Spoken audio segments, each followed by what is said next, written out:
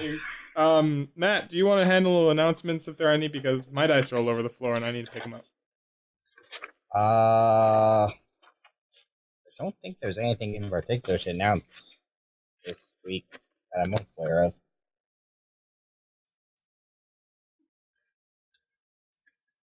Nope, I don't think so. Not unless you want to instigate any new rules. I don't do that. Okay. I just work with what I got. Who wants to give the recap this time?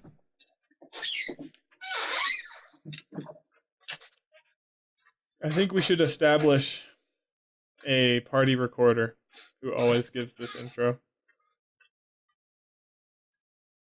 It should be voted upon. Okay. It should be somebody who can actually remember what happens in the last session. I have a vague memory. Do we need specifics or details? Hey, it is this. The recap is for you guys. It is not for me, which is why I do not give the recap. Who's it for? It's to remind you guys what happened. Because I know what happened, but I cannot tell you what happened because then you get my perspective of things instead of what actually happened. Which is you could technically do it, but yeah. Pretty sure Matt Mercer does it. Yeah, he does, but Matthew Colville doesn't. That's true. Oh, so Matthew Colville is now the authority on DMing now. Maybe. Just mess with it. I pull from everybody, man. Steal from whoever's got what you need. Can't not make jokes. Jokes everywhere. Jokes. Okay, so who should be the party recorder? I can typically give them more detailed if you guys want. I vote Howard. Howard it is.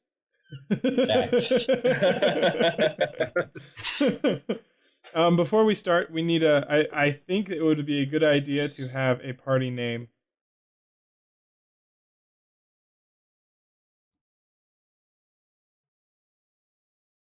How about no? Okay. I was just gonna make a stupid joke again. Our team name is the Nose. The Nose? The Nose? No. Mythos the Nose. The Wanderers. It's pretty generic. I'm still pretty partial. Still pretty partial to the The Neats. Brotherhood of the Traveling Rod. The Brotherhood of the Traveling Rod? Yeah. Is there a traveling rod I'm not aware of? Ardent. Oh. Ardent and Friends. Are we just doing allusions to old movies and TV shows?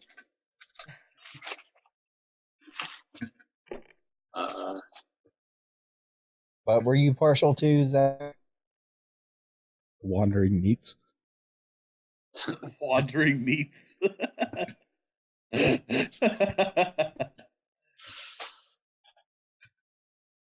My. Well, we'll think on it. Think of ideas. Giant killers. I don't know.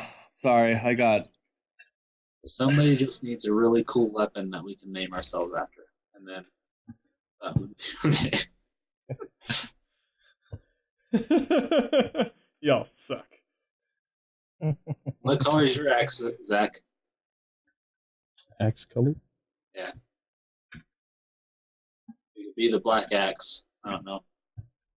I know it has the red ruby in it. We'll call ourselves the Reds. The Reds are coming. We're going that far, we should just go all the way to Ruskies.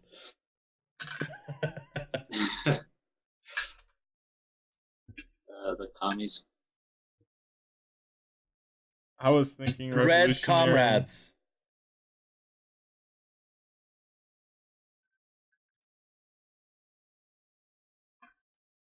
Maybe we should think about this, and then next time we'll. Oh, nobody's gonna think about this, Darian. Nope. Why will nobody think about this? The Red Because nobody Society. cares. Nobody knows what we should call ourselves. Because we have like 4 There's people nothing- with different backstories, and what's holding us together is pretty like loose. Yeah, there's not really any unifying feature about us that we could name ourselves after. Should have just started you all in a tavern as friends. I still think we not have a name. Well, just keep it in your mind, in the back of your head, and if you think of something while we're playing, then you scribble it down and PM me or something.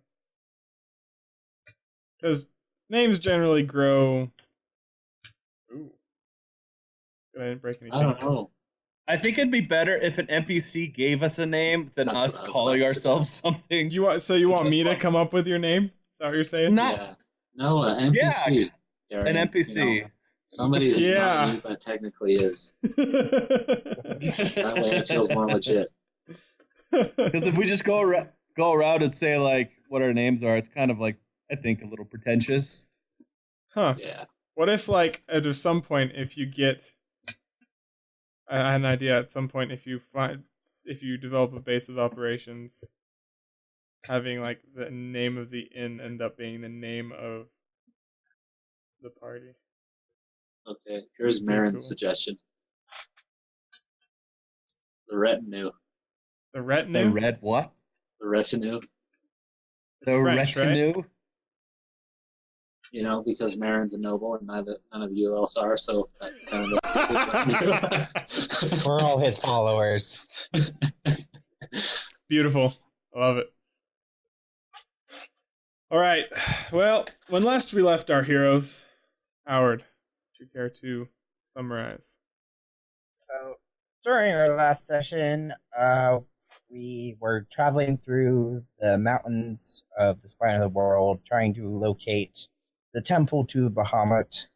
After a couple of prayers to Bahamut through Hadar, we were eventually able to find our way onto one of the tallest mountains, which had the temple at the top. On our way there, we noticed a small, I guess, village? Or, Monastery. village. Monastery? Yeah. A monastery for monks, which the rest of the party realized was show base hometown after a little bit of investigation. So after a little bit of solemn silence, we continued on to the temple itself, where Hadar gave his oath at the front doors, which allowed us to enter, and we found this very divine temple full of powerful magics in service of Bahamut. At the main chamber, we found a dragonborn offering their prayers to Bahamut in full plate armor, which Nerf was immediately drawn to. And Hadar, she talked to us, offering us guidance, and Hadar offered prayers next to her to Bahamut to guide us to our next destination, which is apparently a weapon within. What's the name of that place? Oh, no, I have to go to I'm the... finding it real quick. Pretty sure I wrote it down. Oh, I did not write it down. Seacumber. Sycomber is the Edinburgh. town near where you are trying to go. The Damn name of I the think ruins. it's Morodoth. Yeah. Is it Olgroth? Okay, I have that Yep. one written down too. So, leading us to the ruins of Orgroth. She then offered us shelter for the night to rest, and also offered us supplies to continue us on our journey. Also during the night, Marin heard a strange voice in his head. Oh yeah. We Offering forgot him. about Yes, Got offering all him. that? Was it power that it offered him? It was power Yes. that was offered him. Okay, offering him power, which he accepted. And then the voice disappeared. And that is where we left off. Alright, so you all awaken with the effects of a hero's feast. Does everybody remember what that is? Not at all. Do I have to look it up? Okay. Let me find my books. Sorry, my books are... Actually, I know it was bonus hit points. Yep, it's bonus hit points, it's advantages on some checks. oh yeah, I have 15 temporary hit points written down. 15? Dang. Yeah, I think it was more than that. Let's see. I think it was a dice roll.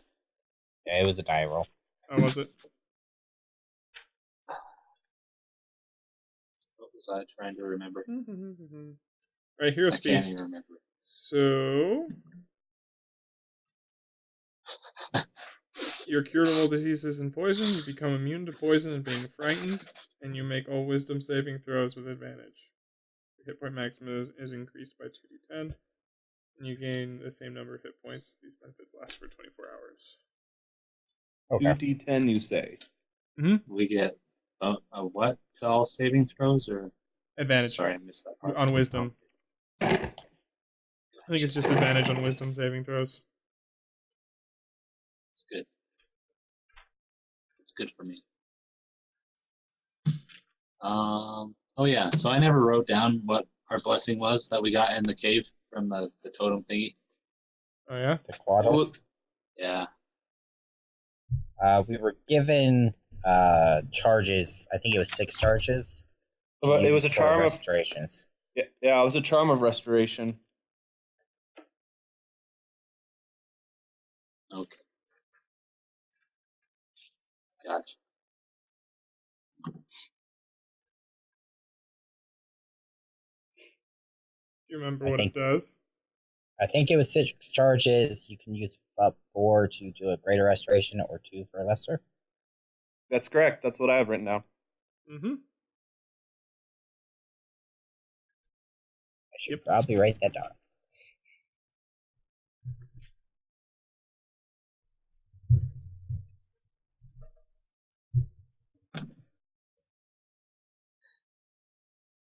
Lesser restoration's not a healing spell, though, is it? No, it's like a cure poison kind of thing. Yeah, that's what I thought. Yeah, cure status effects. Greater restoration can remove more difficult ones, and I think that's what it does, right? Does it apply for diseases Look it as up. well? Mm-hmm. You're making me look up the spells. You can look them up when they're important. If Yeah, you I was have just asking. something Like, else. it's not important that I know right now. It's usually status effects. So if you want to fix status effects, Yeah. then we'll look it up. Like if we get petrified. Yeah, that What are was, the chances of that? I have no idea.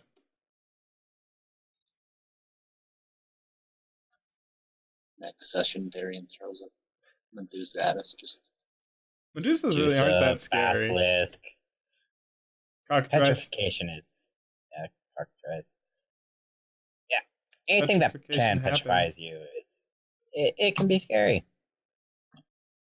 All right, so everybody wakes up in the morning feeling refreshed, rejuvenated, and rested. What do you do? I go out into the main hall. Well, it's like a garden area, but yes, Say, you know what I meant. it's true. You don't have any flowers drawn there, Darian. How am I supposed to remember that? I guess it has been 2 weeks. I can't really complain. Yeah, this is this entire area is a Zen garden full of beautiful fruit, flowers, and low-hanging fruits on trees.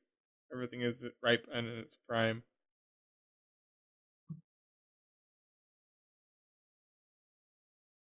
Draw a flower on there. I'm going to delete it.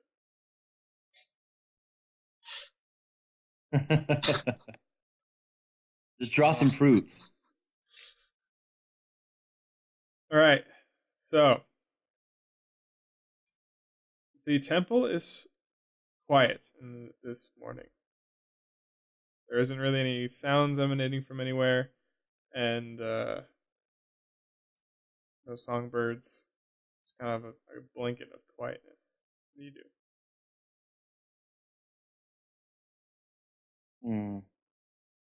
I guess I'll go head towards the prayer, or the main prayer chamber, see if I can find Sora.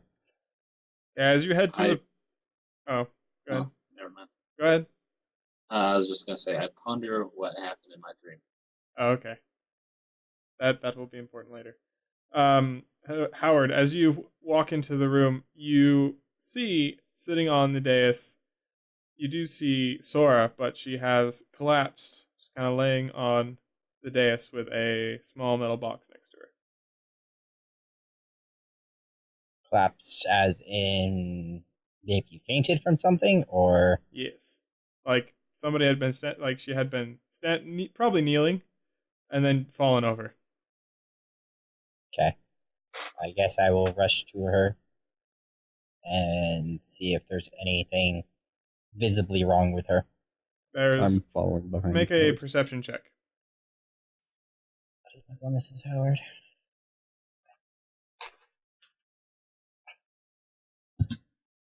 10. You do not see any visible marks or wounds or anything on her. I guess I'll shake her a little bit and say, Sora, are you okay? As her eyes kind of like flit open. Oh. Hello. Oh, you kind of surprised me there. Looked like you had collapsed. Something wrong? Yes, I was saying my morning prayers to Bahamut, and he showed me a vision. He showed me dragons fighting against the giants. Their war destroying the northern lands. And Hadar's family, his clan, was aiding the dragons. They're what tipped the scale in the favor of the chromatic dragons and allowed them to begin this onslaught. Where's Hadar? I'm still in my room. Please find him. I need to talk to him.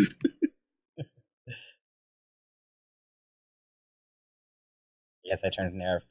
Do you remember which room he took last night? I don't know, but I'll go check. Okay. I'll go running off. Okay, he reaches door. What is it? Housekeeping. I open the door. I look a little confused. Hey, Dareth. I take it you are going to make my bed and change my sheets? Is that what's going on here? I stop smiling and frown and say, no. Oh. I need it in the altar. Oh, okay. I'll be right over there. I do a slight jog over to the altar. What's going on? Hadar, you must stop your family. What? Your family, the Dragonborns. How do you know about my family? Bahamut showed me. He showed me your family rising up with the dragons against the giants, and beginning a war that would sweep all of the lesser creatures, all of humanity, elves, dwarves, from this continent, and the destruction that resulted. If you can stop them... Okay, yeah, sorry, go ahead. If you can stop them, in time you can stop this war. Hadar's gonna stare in unbelief. And is that bench, is it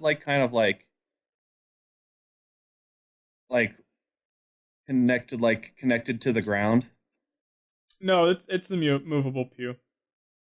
So Hadar will just go, ah! And he'll take the pew and he slams it to the ground. Just pick it up and slam it down. Well, not slam it. He's just gonna grab the side of it and just force it down. don't know, not that too crazy, but like he's just super angry right now. Okay. Can I not escape them? Ah! Zora, where are they? Did Bahamut show you where they are right now? No. He only showed me a vision of what would happen.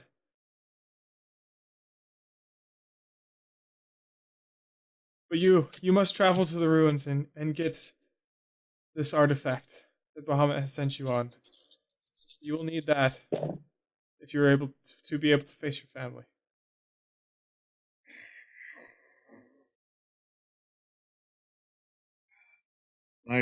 My compatriots, or I guess friends, would you be willing to help me with this?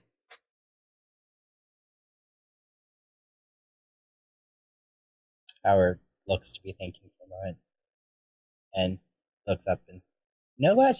Yes, I think we have come far enough together to be considered friends. I will help you with this, Sadar. Okay. Nerif and Marin, what say you? We've been traveling together for a long time, Hadar. You can count me in. Nerif? I'll turn to the party and hold my hands. Yeah, I'll go with you. I think I like you guys. Very well then. Let's leave immediately. Immediately. However, then Howard steps forward to you, Sadar. I don't think I will be needing this. And I hold out the dagger that you handed to me in anger before. Oh. Thank you, Howard. Thank you for... yeah, thank you. Just, I'll take the dagger back. Howard nods and steps back. Well then. It seems we have to fight some dragons. Yes, we do. Oh, by the way, What sorry. do you know what they say about dragons? They all have hordes. Well, I guess if we do survive, Marin, we will be... There is a good chance for us to get rich. So yes, there is that possibility. By the way, sorry, you mentioned that you had some stuff for us to take with us? Indeed, I do. Here in this small metal chest are a few items that I no longer have need for. I wish you to take them with you on your journey.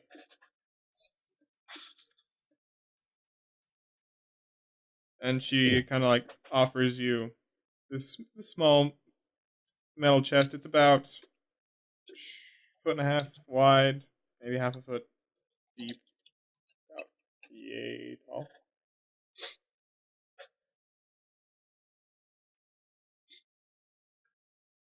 Howard walks up and takes the chest and immediately puts it on the ground and opens it up.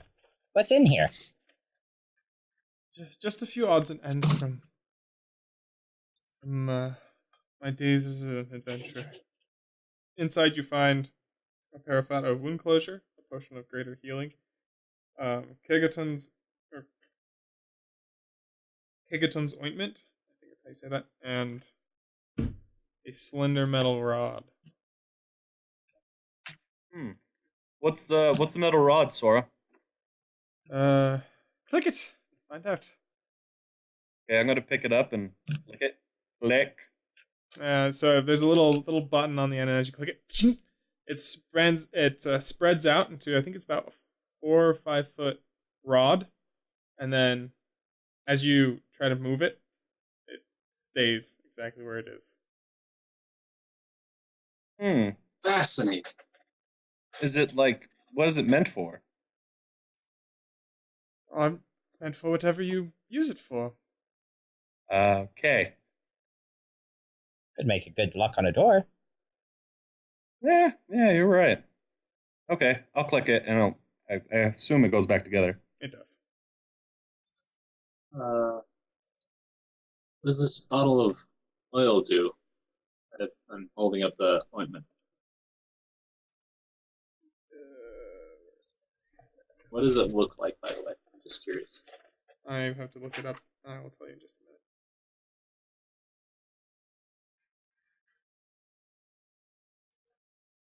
Sorry. I didn't have these already. Like, I had them written down, but I didn't have their descriptions.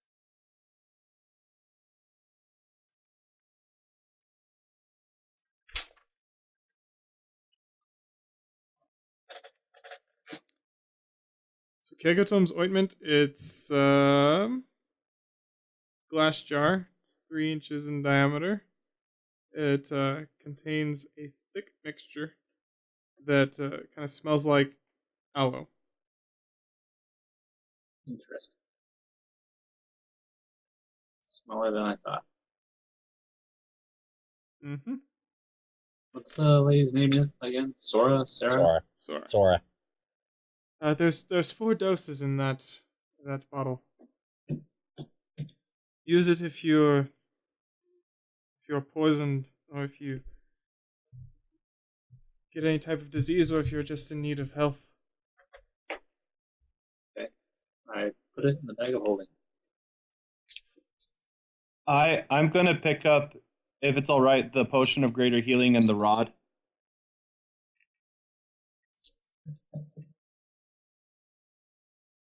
Or if anyone else wants it more, then like I don't have to have it. But By the way, Marin, where did we place those 2 potions we made on the boat or on the airship? They're in my bag of holding. You mind if I held on to one, just in case? Sure. Fish one out and give it to him. wait, does Marin reluctantly give it to him? Because I feel Marin would reluctantly give it to him. Well, they did make them together. Yeah. Oh, they did? Okay. Yeah. And Howard did spend, half of his ingredients or money, whatever, to make one. So it's not like I put out all the effort to make it and then just gave him one for free. Well, I guess Howard reaches in and pulls out the last thing. I guess all of that leaves is this. And he's holding the perioperative wound closure. Nerf, do you possibly want this? Mm. What exactly does it do, Sora? What was that? What exactly does it do, Sora? It will help you in the battlefield if you are ever knocked unconscious or wounded greatly. It will help shield you against such devastating injuries. Does sound quite useful for you, Nerf. And Howard kind of tosses it over to him. I'll catch it. I do Make get a dex stabbed check. a lot. Just kidding. Okay. Just kidding.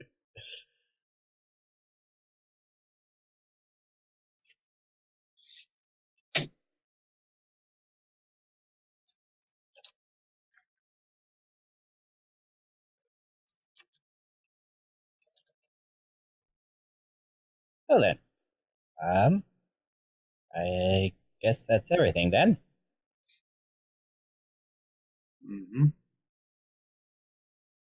Wish. That's how it's spelled. Yeah, it's a very, very weird spelling.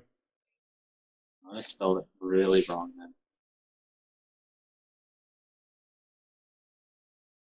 then.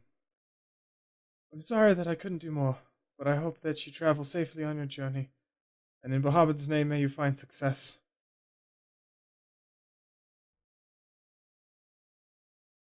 And with that, she stands up, kind of collects herself. If you ever need aid, you're always welcome here. She's wearing the armor, right? Yes, she is.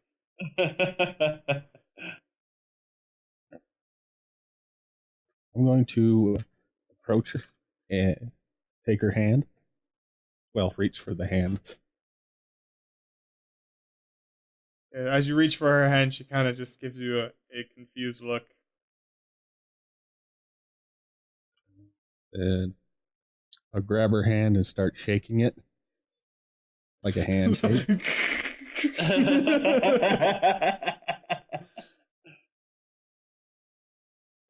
Then I'll look her straight in the eye, shaking her hand, and say, "Take care of that armor. Be good to it." Oh, okay. I will. I do. Goodbye. And I'll just turn on my heels and walk away. Okay. Does everybody follow? Yep.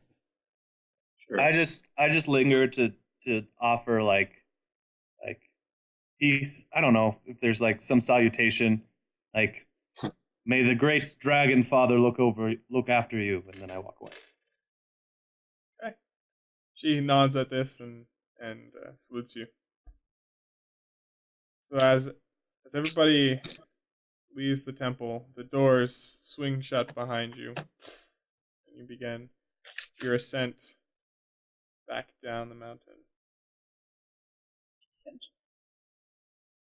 Descent. Yes.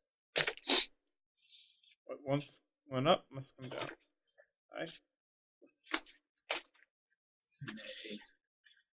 What is your marching order as you descend through the monastery?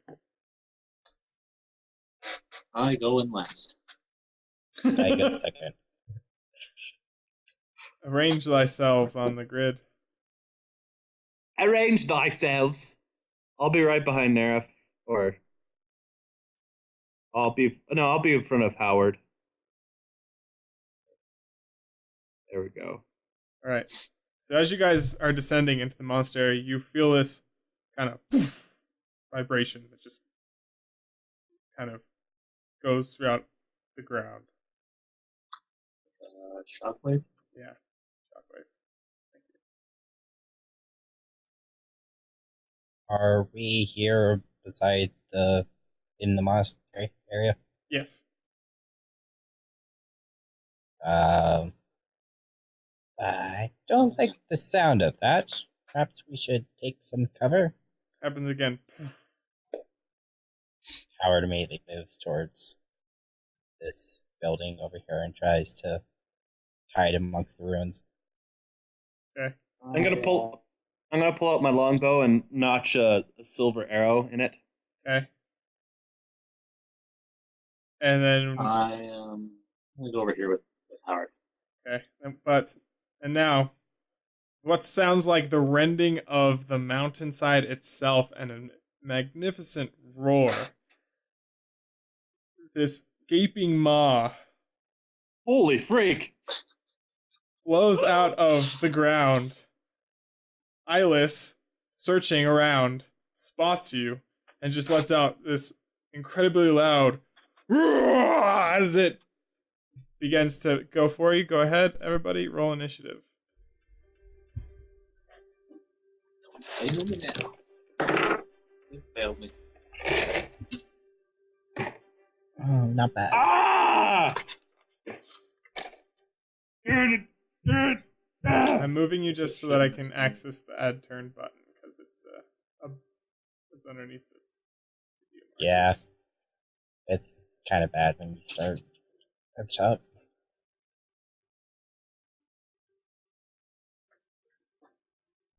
I got 4.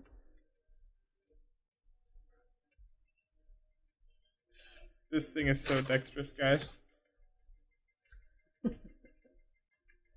More dexterous than me. Nope, I don't think so. Did you really get a 0? Oh, okay. Never mind. No, it's impossible. I didn't get a 0. Jeez. Well, I mean, if You had can get a -1 0. Dex, you could do it. Possible. I think it'd be impossible for a ranger to get a 0. Yeah. Okay. Unless you're building them wrong. Top of the round, Nerif.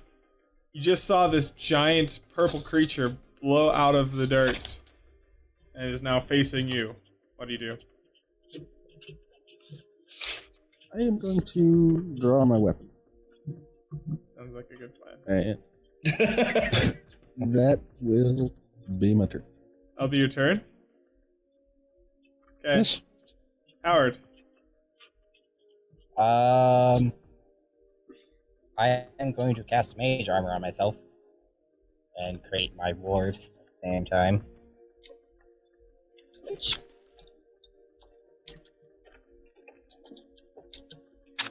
Then I'm going to look very closely at this creature and think on if I've ever heard of anything like this before in the mountains of this guy in the world.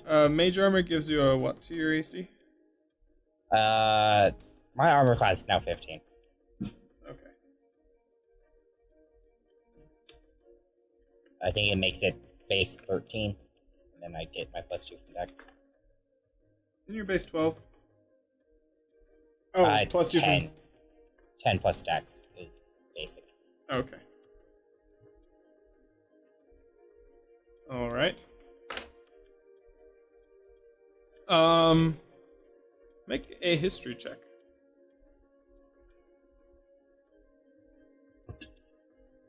Uh, 22. Okay, wow. You have heard of these creatures known as purple worms in the text. They mention them as gargantuan creatures that roam mostly the Underdark, carving such large tunnels that people are able to move through them. I just realized how big it is. Yes. You also know that because of the amount of dirt they eat, slaying one generally yields quite a bit of money, as there are many gems to be found inside of them. So, while it may be foolhardy to attempt to track one down and slay it, there are adventurers that do this, as it can prove to be quite profitable. Okay. Howard is going to sit there and wonder to himself how a creature from the Underdark got to the top of this mountain. Oh, they also inhabit mountainous areas. Okay. Just places with lots of rock, lots of earth that can fit them. I guess I will whisper a warning to the others. Be careful, this thing is very adept at eating things. Try not to get swallowed. Are you saying that out loud to everybody, or just to Yes, like Marin? to I'm saying that out loud to everybody. Like some magical earrings or walkie-talkies or something. He's just got to shout. I mean, you're only 15 feet away. Really, Howard? You don't say. Okay, I'll try to keep that in mind not to get eaten. Yeah, just saying. Anyway, that's my turn. Okay. The purple worm now moves. And it kind of... What? Nothing. Okay. It kind of lowers itself and begins to kind of scoop up dirt as it charges forwards. And makes a bite attack against Nerf. Okay.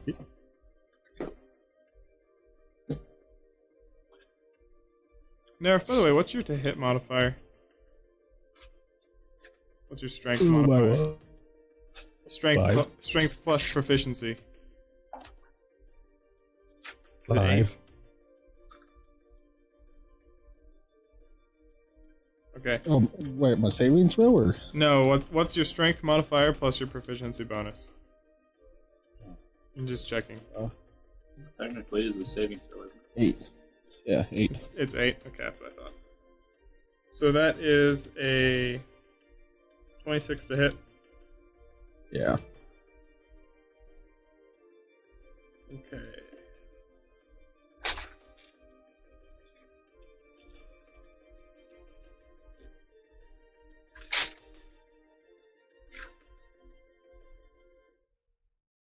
You take 16 points of damage. and you need to make a Dex saving throw. Okay.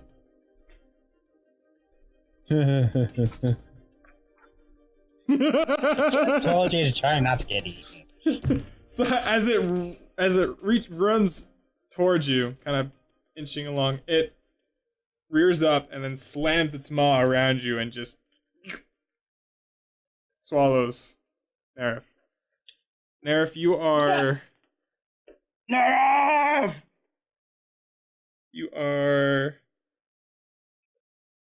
I think you are constrained. Oh, you are blinded and restrained. Howard says, yes, like that. Try not to let that happen. Okay. What exactly does restrain mean? It means your movement is 0 and any attacks you make have disadvantage. I think. Let me double check. It's like you're in its stomach right now.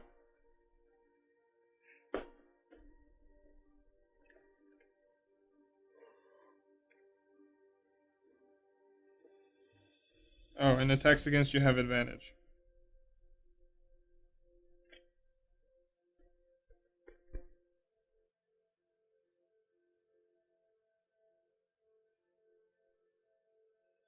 And that is all for the purple worm. Hadar.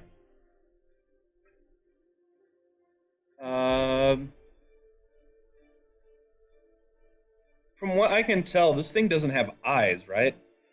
Correct. Okay.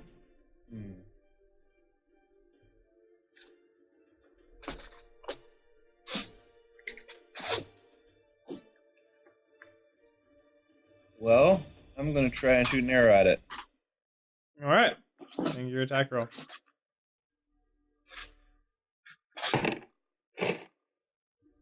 It is a 25. That hits. Okay, and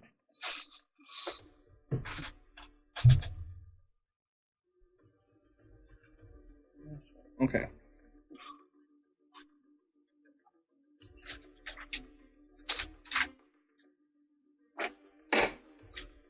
And that does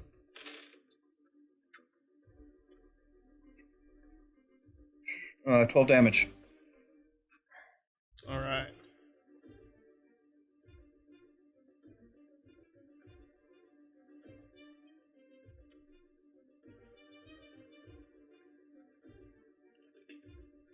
Is that all? And I'm going to move a little bit too.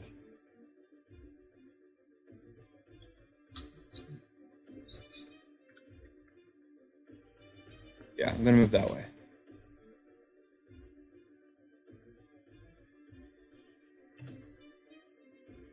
Now that'll be the end of my turn. Alright. Merritt.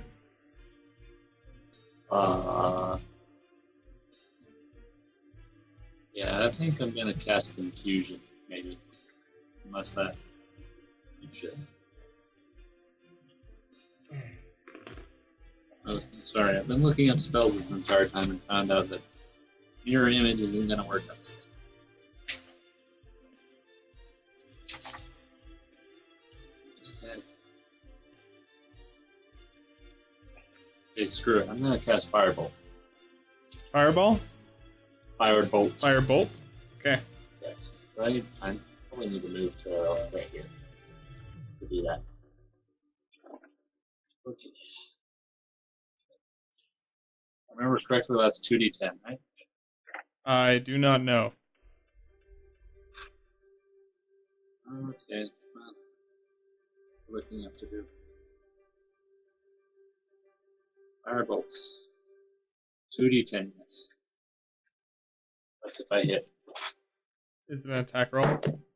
Yes. Which I probably don't, because that's only a 9. Yeah, that doesn't hit. So you stretch out your hand, summon your arcane energies, but you're kind of shaken by the sudden appearance of this worm and you're not able to get a handle on on those on the magics. Okay.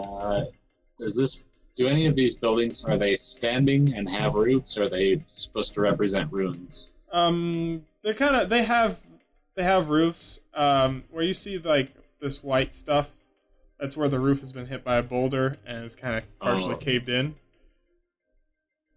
Gotcha. I'm gonna go inside this building. I believe that's what it.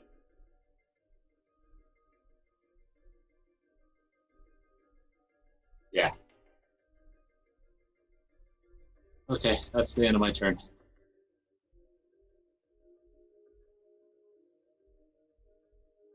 All right. Howard, or Nerf, you are currently inside the belly of the beast. What do you do?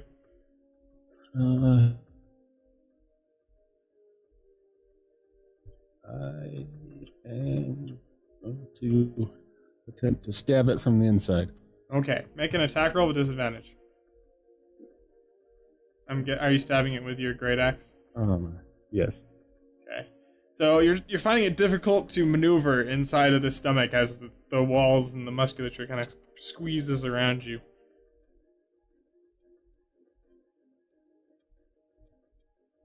You can still use your abilities and stuff, by the way. I know, but I got a crit 1.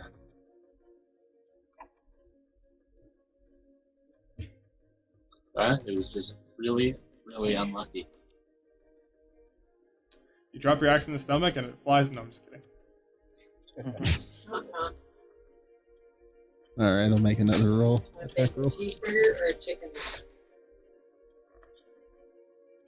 12. Didn't decide, so I got one. So you're able to get your axe kind of up and try and swing, but you don't have enough leverage or enough room to actually slam it with enough force to cause damage into the inside of this beast. Okay. That'll be my turn then. Okay. Howard. Okay.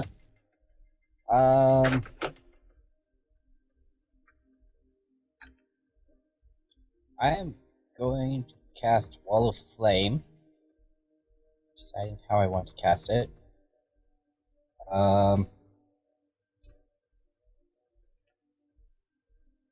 I'm going to cast it as like a link between these two buildings. So it's like a wall of flame between the beast and us. Okay. Draw a line. Thinking like that. Set a straighter line.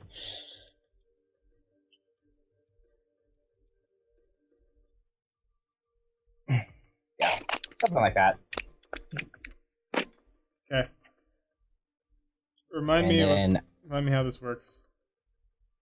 So, if a creature steps into that wall for the first time on its turn, it takes 5d8 damage, and then I am choosing this way on the wall, so down. And if anything is within 10 feet of that side, when it ends its turn, then the wall lashes out at it and does the 5d8 damage. Okay. And it's dex saving throws. Alright. Is that everything? Then I am going to move back over here. Okay. And yes, that will be all. Purple wormling, not too afraid of this fire, barges through it, destroying part of this house in the process, and flicks its tail towards Hadar. So it's actually stepping into the flames? It is stepping into the flames. Okay. I don't think it's dex saving throw on that one, it just takes 5d8. Right. But you roll that. Okay.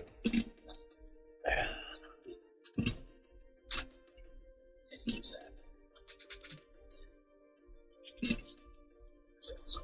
14. It takes 19 points of fire damage. Okay.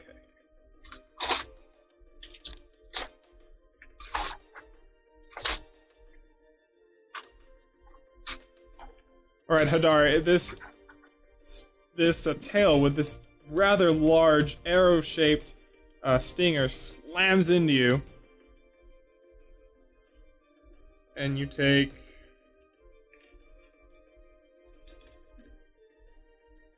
10 damage from the impact. And make a Constitution saving throw for me. Constitution saving throw.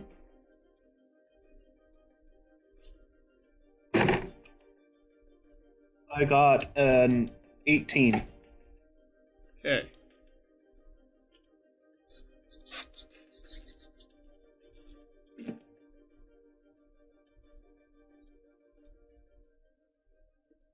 So you take 11 damage from the poison as a stinger slams into you and then withdraws. So it's 21 damage overall. Yeah. Does our immunity to poison from the hero's feast not affect that? It means that you can't be poisoned from it, so you won't be taking ongoing damage, but it doesn't stop. Yeah, I'd say that I'd say that it halves it. It gives you resistance. So, you took how much poison damage did I say? 11. So you take 5 poison damage, and then the 12, so 17.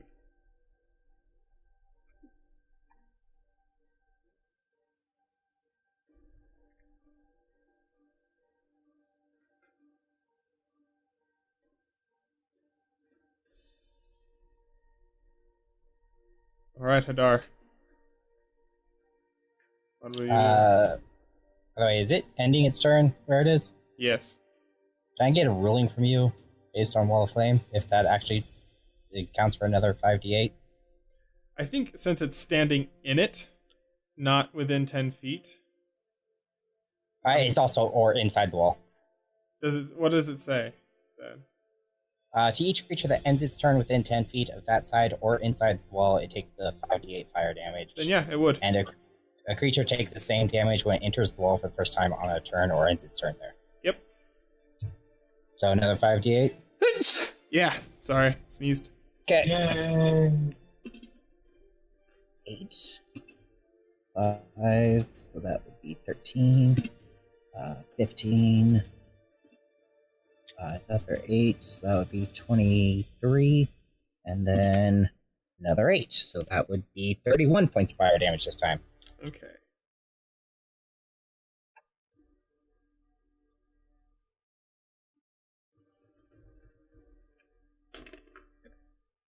All right. Adar. Yes? What do you do? Oh, it's my turn? Yes. Good. Well. Kind of just, Hadar, like, kind of shakes himself, still a little disoriented after getting hit by that attack, and sees the worm writhing in the flames. He puts forth his hand and he does casts Guiding Bolt. And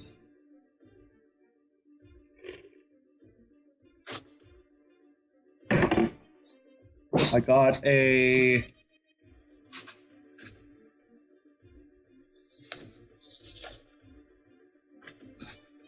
oh shoot.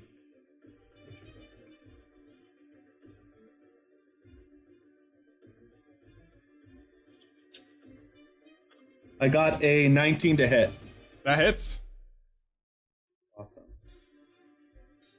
So he'll take 4d6 radiant damage. Oh, that is the worst roll ever. You should have seen his roll of poison against you. He just takes 7 damage. Okay. And for the next turn, anyone that tries to attack it has advantage.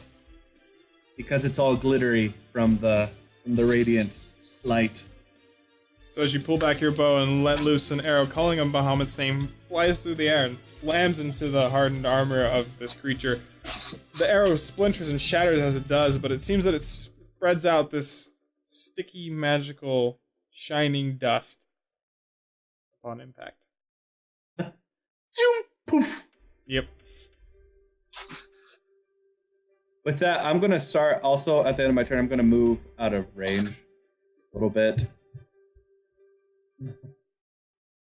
As you do that, Yeah, I didn't do that. you provoke an attack of opportunity. Dang it! I should have known. And it crits. You kidding me? Oh my gosh. Nope.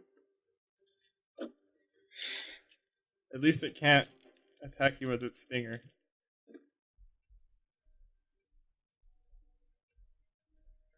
You take, let's see, This is gonna be bad. This is going to be bad. 18 times 2. 36. 36 points Holy. of damage. Holy crap.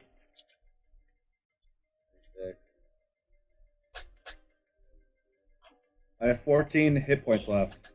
That's not good. Yeah, that kind of happened fast, didn't it? Crits suck.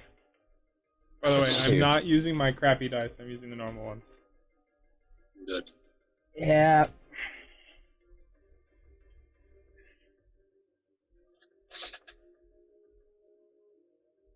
Okay, Hadar, do you do anything else? No. He sits there licking his wounds. Marin, I cast lightning bolt out of the window. from out the window, you just like pop your head on. Poof. Yeah, so he needs to make a dex save. Oh, that's fantastic. Does Nerf get affected by the lightning bolt since he's inside the Great Worm? Oh shit, I didn't think of that. You'll find out. Oh, So he dang it. rolled an 8 on his dex save. That's that's fair. fair. You should know since you now know what my spell save DC is. Oh, I needed that for something else, actually. Oh, okay. Well, anyway, now he takes 8-6 damage. 8d6. Yes. Holy crap! Holy crap, man. Alrighty. All my d6s together.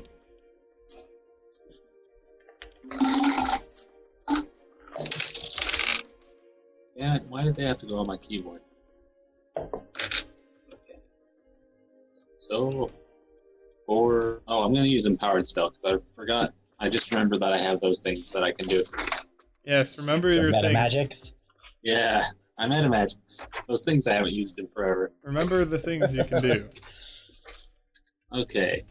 Roll damage for a spell, spend 1 spell point, sorcery point to reroll a number of damage die less than or equal to charisma modifier. Okay. So I've already rolled 3. That's 4, 2, which is 10. 3, 3, 3. I'm gonna re-roll all those. Which, yeah. So 10 plus 5 is 15, plus 3 is 18, plus 2 is 20, and then 2 more. 6, 4. So 30 points. 38? 30. 30. 3-0. Okay. Funny how that worked out.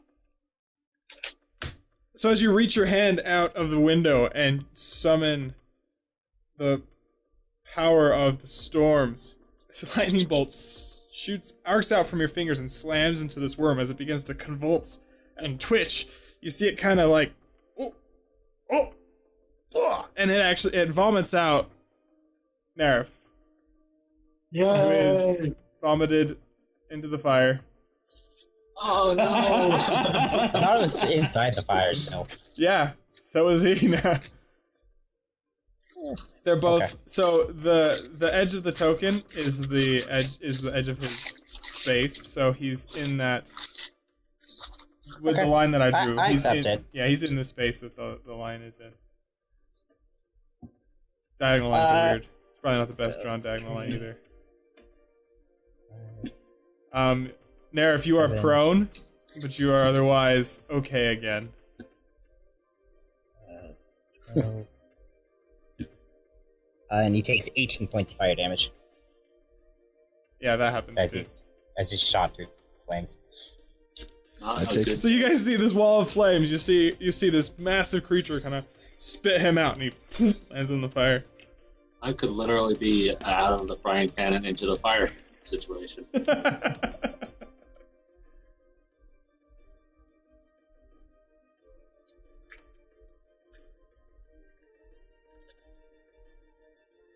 All right, Hadar, what do you do? Or Nerif, now that you're out, what do you do?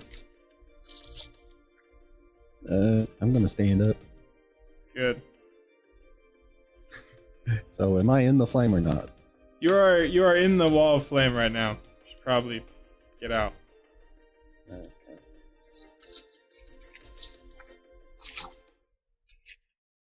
But be careful how you get out, because so like if you move, it doesn't matter what direction you move, you won't take any more damage from the wall of fire, but you are within range of this creature. Alright. I'll jump to my left. Okay. That should still be in range. Yep, you're still in range, and you're not on fire anymore. And I will attack. Maybe. You'll let me. Yeah. Of course I'll let you.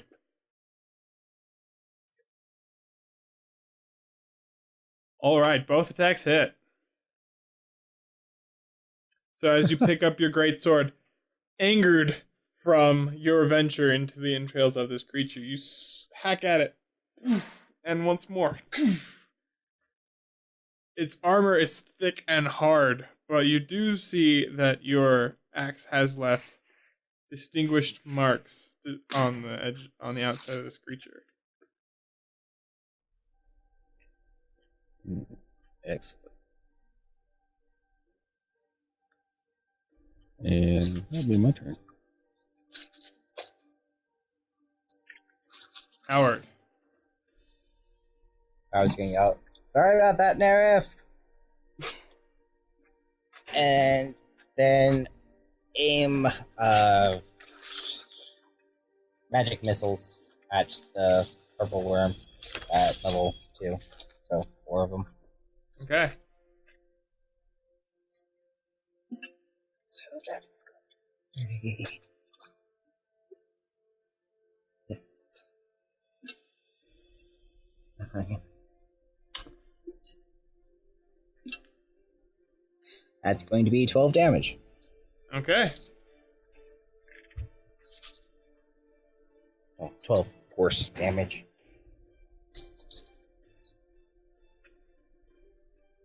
And yeah, that'll be all Howard does. Okay, so bolts of arcane energy swarm this massive purple creature and impact it on multiple sides. It is the worm's turn. The worm, attempting to get out of the fire, moves over here and makes a bite. What? It can eat through things, that's right. What are you talking about? I was just saying, would it even fit between those buildings? But then I remembered it can just eat the building. It can just eat the buildings or smash them. Do I So- get an attack of opportunity? Yeah, you do. Go ahead and roll for that. Alright, that hit. Yes. So, it makes a bite attack against Howard and then throws its stinger towards Marin. That's 10 foot on its stinger. Yeah. I could throw the stinger. It just like detaches. Nah, it just has a really long reach. This creature is probably the biggest thing you've seen in your life. Like, it can eat a city on a bad day. That is 18 for for Howard. That'll hit. And 26 for Marin. Holy shit! I didn't even know I was being attacked.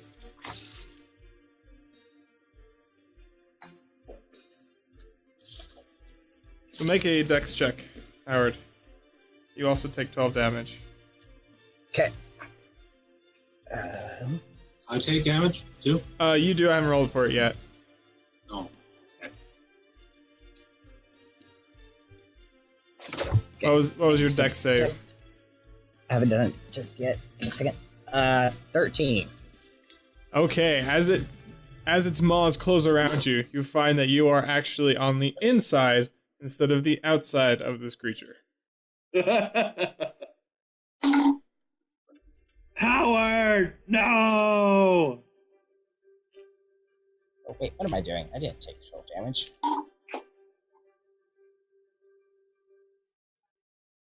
Did I tell you the damage for... Did I tell you the damage for... Did you take the damage for his bite against you? Who are you talking to? I'm talking to Howard. It was 12 damage, right? I think so. Yeah. I just accidentally took it from my HP instead of my board. Oh. Oh, I have the wrong character sheet. How about that? Oh my goodness.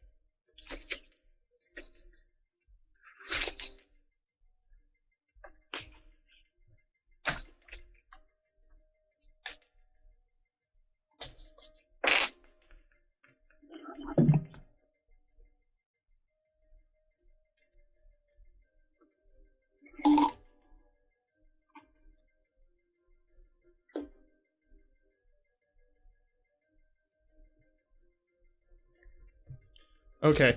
So you take 46 damage from its stinger, which is halved because of your resistance to poison.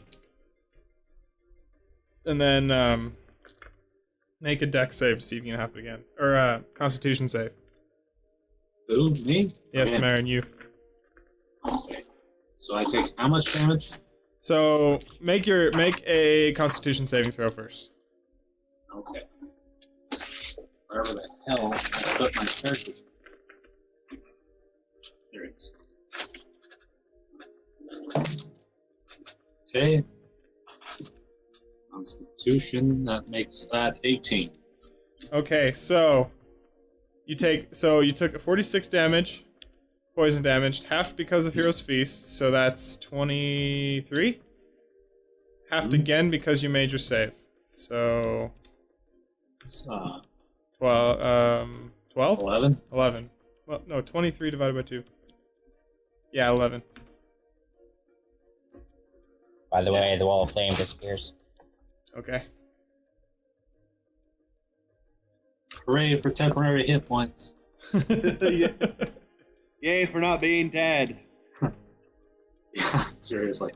But if I didn't have those temporary hit points and I didn't have any of those bonuses, I would just be unconscious with that one hit.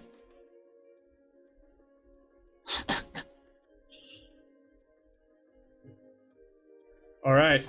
Hadar, you're behind the building. What do you do? Can I see the worm? You cannot see the worm right now. Okay. I thought the house was an actual like just like a gazebo or something like it. This building is a house that it's mostly intact. It was able to evade most of the falling boulders from the giants that swept through here before. Although it is Not so missing intact now that it's a giant missing thing- I was gonna say it's missing a portion where Howard used to be.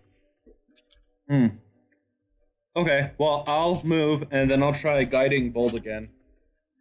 Okay.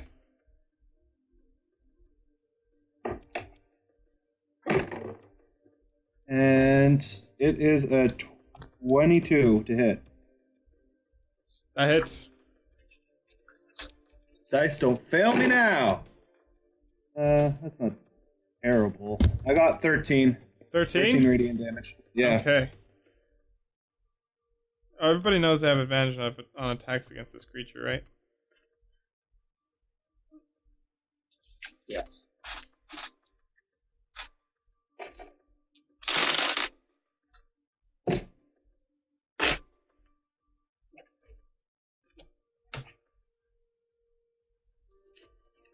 All right. As your arrow wedges itself in between one of the scales on this creature, once more that glittery poof scatters shining divine dust all over this creature. Yeah. Marin. Alright. I'm going to cast. Wait. Moving over here, which is still within 30 feet, I believe.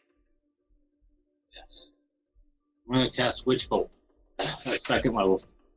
Okay.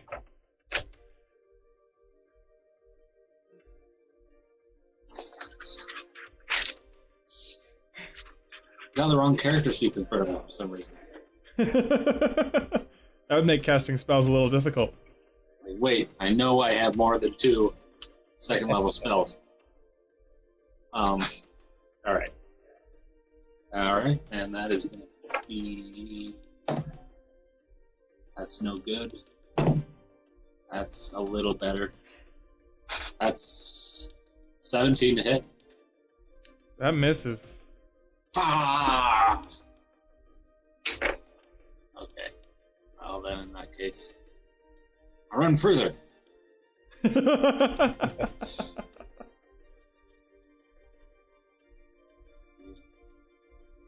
Alright. That's where I stop. Okay. And that's my turn. All right. Adar. Or, sorry, Nerf. You really bad want to skip this turn, don't you, Barry?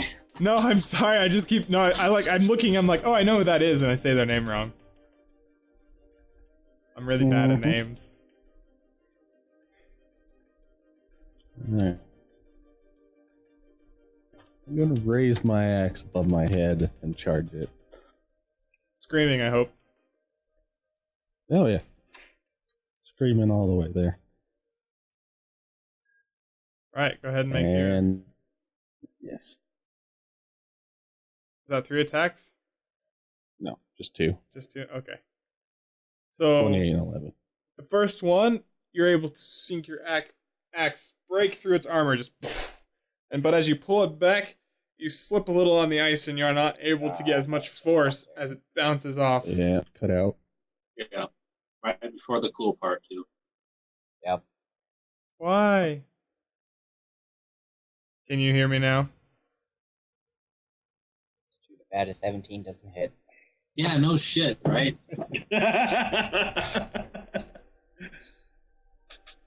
That bummed me out.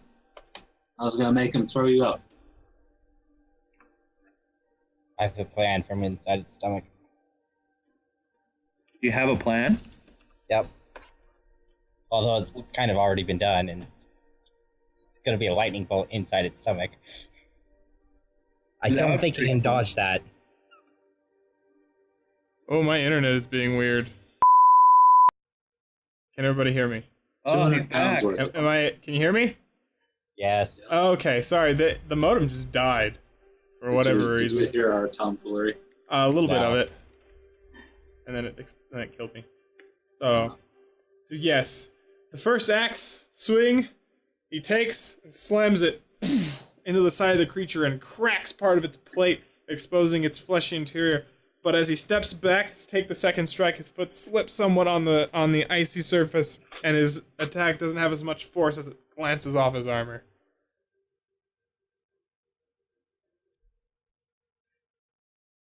Anything else, Narf? Nope. Okay. Don't get eaten. Howard, what do you do? Okay.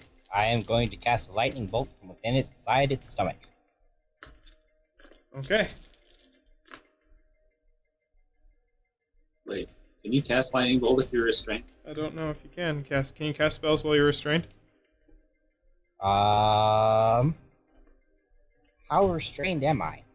You are Would in. you say I wouldn't be able to make any sort of movements? Your movement is 0. But let me see. Restrained.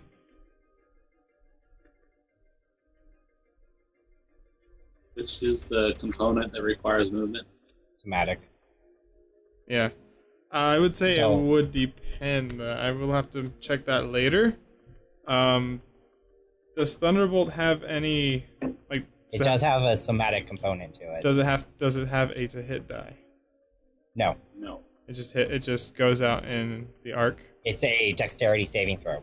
So Okay. the creature can sometimes dodge out of the way, partially. Mm.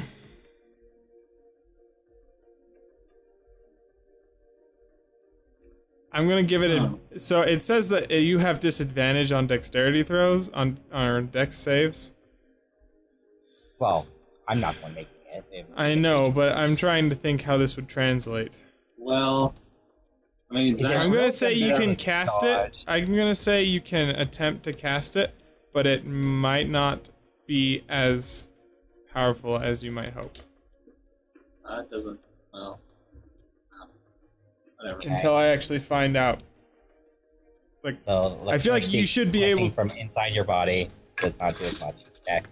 no, it's more like you're gonna struggle to even get. You know what? Actually, why don't you just roll an attack die, add your spellcasting modifier to it, and Okay. that will make up for the whether or not you can move enough to send out the spell. Okay. That is not good. That is a natural 1, Okay. and I don't have any inspiration to use, so You have no idea which way you're facing. You're not even certain where your body is, like where the parts of your body are. It's dark. It smells bad. There's a corrosive agent eating away at you that burns, and you're not able to focus enough or move your hands enough even to be able to send out your lightning bolt. By the way, you take 10 points of poison damage after all the reductions. okay. Or acid damage, sorry. Oh wait, it's acid damage. Oh well. Just technically considered poison damage, I think. Yeah. Okay. Alright. Purple worm. That stupid purple worm. This purple worm burrows underground from where it is. Oh crap.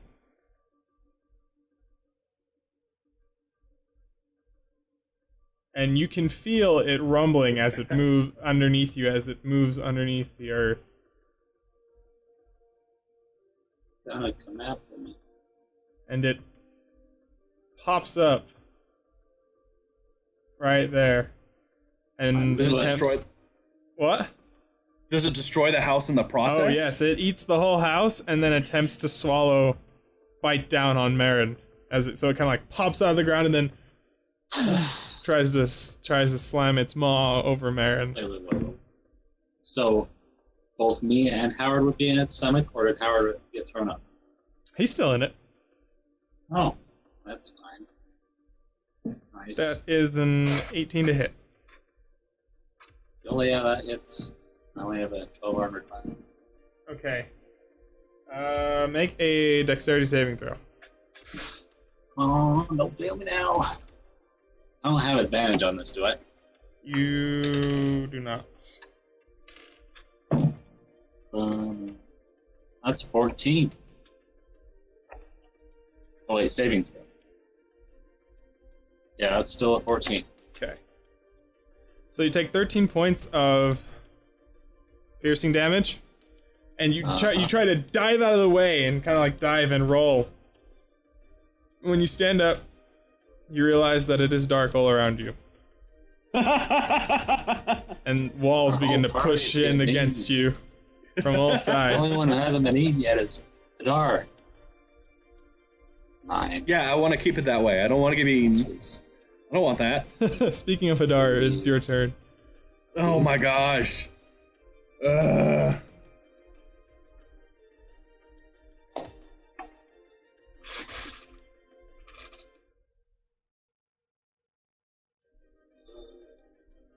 Well, I'm gonna move next to Nereth. Yes. I'm gonna do another guiding bolt. As you do that, Son of a! bitch! Are you sure you want to move over there? No, I don't want to move. I'm staying right there. Okay. That would possibly be the end of our party. God. Oh my god. Oh, I got a nat 1. On an attack roll? Do you not have inspiration to use? I feel like you should have inspiration. Oh, that was the comment I was forgetting about. Nobody's been giving inspiration. Give inspiration like it's candy to children on Halloween. Give it to everybody. Okay, everybody has inspiration. For cool things. You gotta have a reason, but like everybody should get inspiration. It should be given and used every round. Or every session. Everybody should be able to get it and use it once, ideally. Give it out more often, guys. Okay. I see. Okay, well, can I use my inspiration to re-roll then? Yeah, you get a roll. Hopefully you don't roll another 1. Can't possibly get lower than that. Actually, can I re-roll a critical failure? Yeah. Yeah, it gives you advantage. What it does, it gives you advantage. So you're rolling 2 dice, essentially rolling 2 dice and taking the lower. So you roll the 1, and you roll what? I got, oh my goodness. I got 12 to hit. I thought you were about to say 2. Your arrow bounces off of its armor, seemingly doing nothing. Well, I'm totally gonna be eaten next. Just FYI. Okay, I'm done. There's not much else I can do.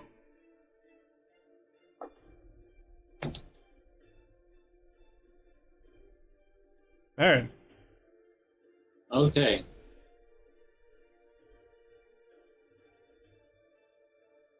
Technically work. Cast Witch Bolt using Twin Spell.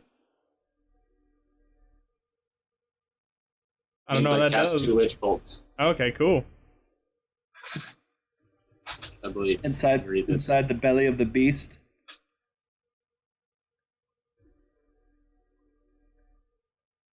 Spell.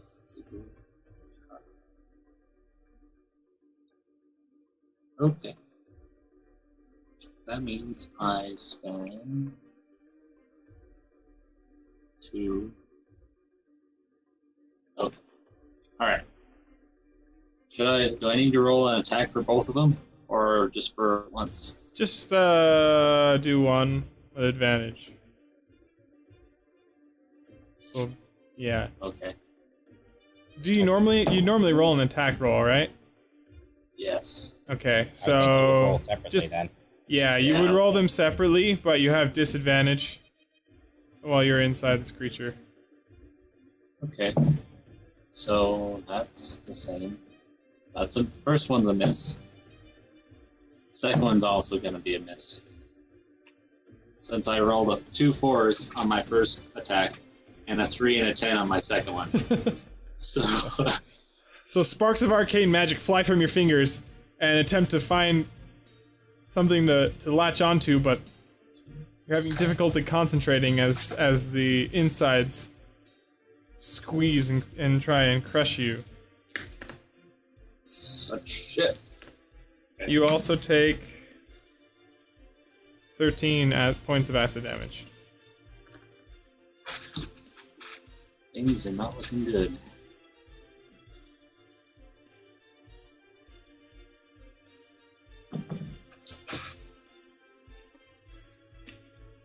Alright. That's safe to say that that's the end of my turn. Alright, Howard, or Nerf, as you prepare once more to ready your attack, you notice that the winds started to pick up and started to swirl around this area. Go ahead and take your turn. The weather is changing.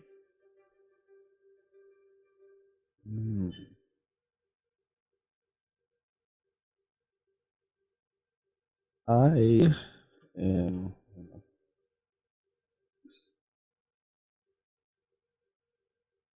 Checking.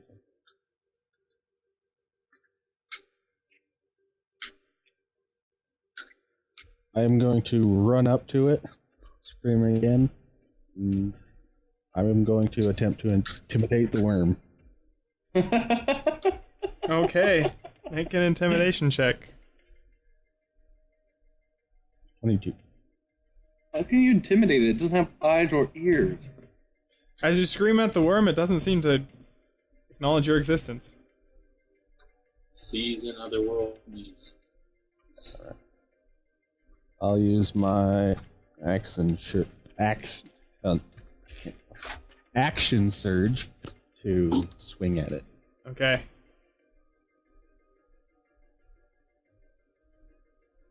18. Does he still have advantage from your guiding bolt, Adar?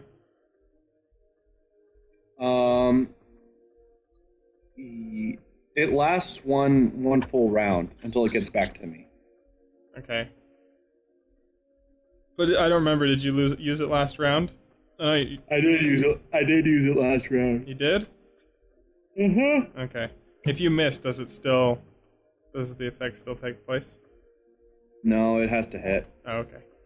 So your first, as you run over, boom! Your first hit bounces off the armor. The second one, you come up and you lodge it underneath one of the pieces of its armor and are able to slice through some of its flesh underneath its scaly armor. Okay, that'll be my turn.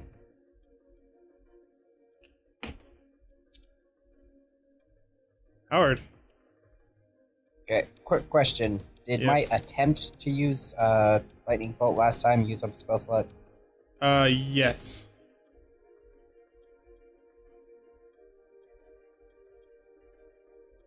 Okay. Well, I can't really do anything else, so I will attempt to cast another lightning bolt from inside its stomach. Okay.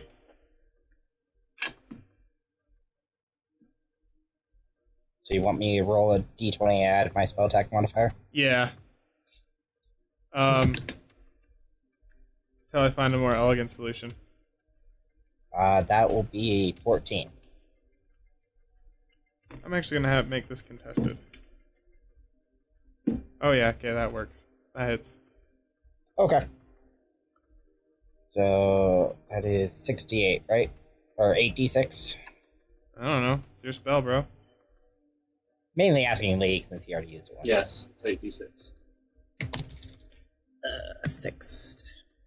Yeah, that's cocked. I'm gonna give you a bend of luck. That's a d4 to your damage, or pretty much anything you want, I think.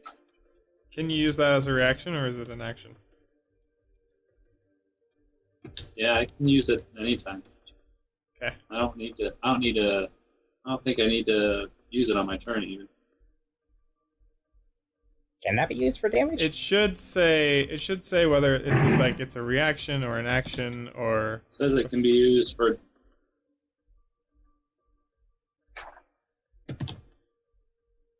Oh no, never mind. That's not damage.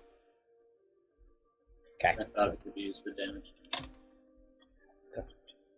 Last one. Keep cocking it. There we go. 32 points of lightning damage. Okay.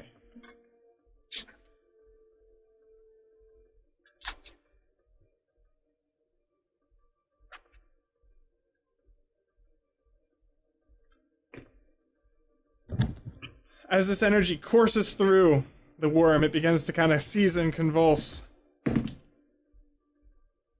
But it's able to keep its meal down inside of it this time.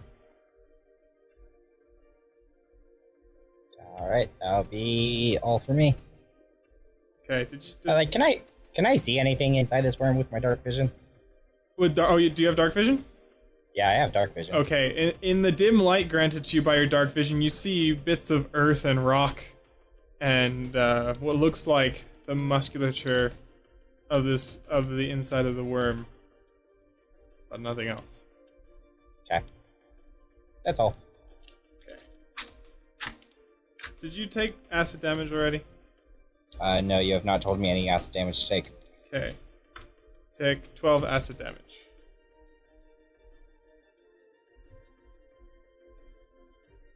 Okay. Purple worm makes a bite attack at Nerf. Oop. Shoot.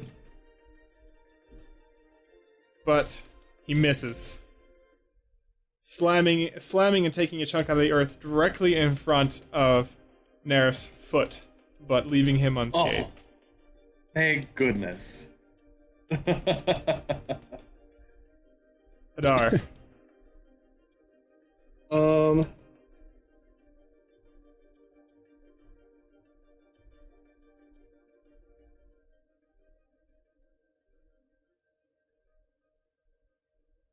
Okay.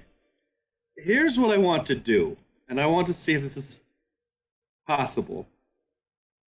I want to grab my two daggers and jump on the worm and see if I can, like, attach myself to the worm.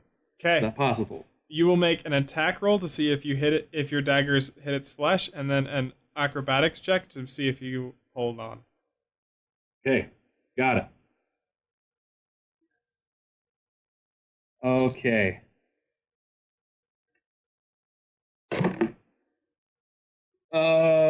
To hit is 17. 17 to hit. That misses as you jump through the air. You're with one. Do you have two daggers or just one? I have two daggers now. Do I you gave have, him. do you have the one he gave multi-attack? me. No, you can do the offhand check anytime you want. Okay, yeah. Go ahead and make another attack roll for your daggers, but don't add your proficiency, just your dex. That's on the damage, Darian. Oh, that's not on the damage. Never attack mind. to Don't hit. listen to me. Just do it. Just roll like normal, bro. Add dex and proficiency. Okay. I got a 20 on that one. That hits as you It's jump not- through the air. One dagger bounces off its scale, but the other one plunges into its hide, and it anchors firmly into the beast. Make your acrobatics check. Oh boy. Oh boy. 19. So as you get one dagger in, you kind of kick off with your feet, and you land on top of the worm. By the way, what was the damage Okay. for the dagger? Oh. Damage is for the dagger is 1d4.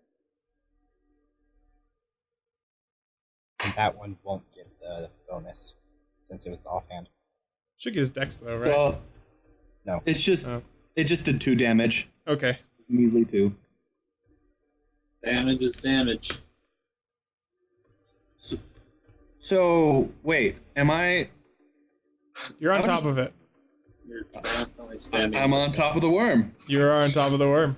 That's what you intended to do, right? You should strike a pose. If I tried to do, oh no, I have to. If I wanted to do another action, would there be penalties, or do I have to declare that before I did all You this? can't take another action unless you have something like an action surge or an ability that gives you another action.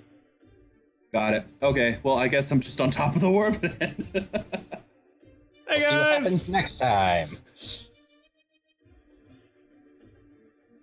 Okay, well, that's the end of my turn. All right. Hey, Marin. how many freaking spells am I gonna burn before I can do something?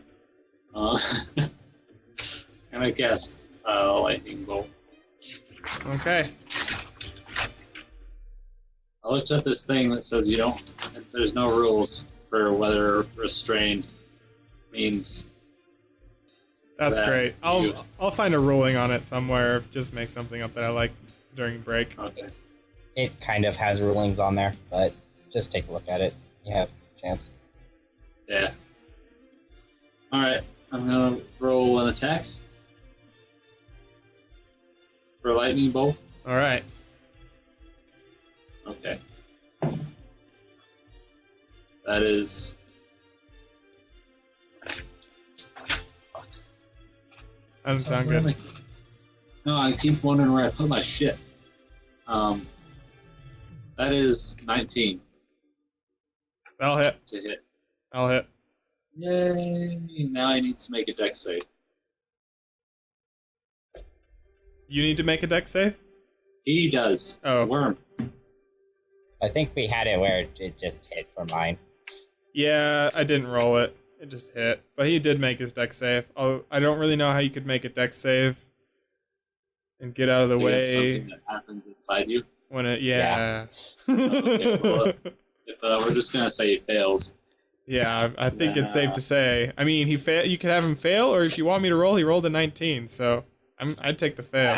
Nah, he doesn't need to succeed. I think we're exchanging the attack roll for a deck save in this case. Pretty much. Okay, Yeah. that works. That's kind of. I'm trying to be fair, but don't feel like it should automatically hit.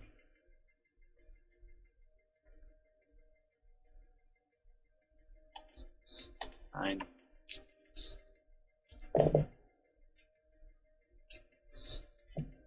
11, 15.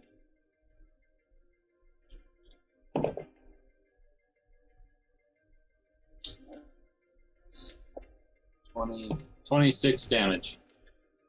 Very nice.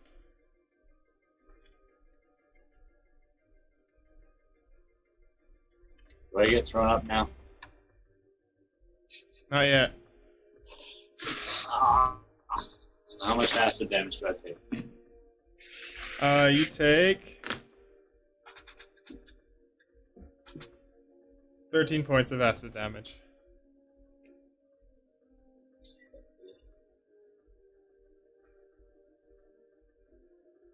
Alright. Alright. Nerf. From the winds have picked up considerably now, and they're swirling about you, pulling at your hair and your clothes. And as you look, you see ice shards begin to form in the air, and as they spin around, they begin to slam into the purple worm, seemingly expertly avoiding Hadar. And as you look up, back towards the monastery, you see a shining light on top of the roof.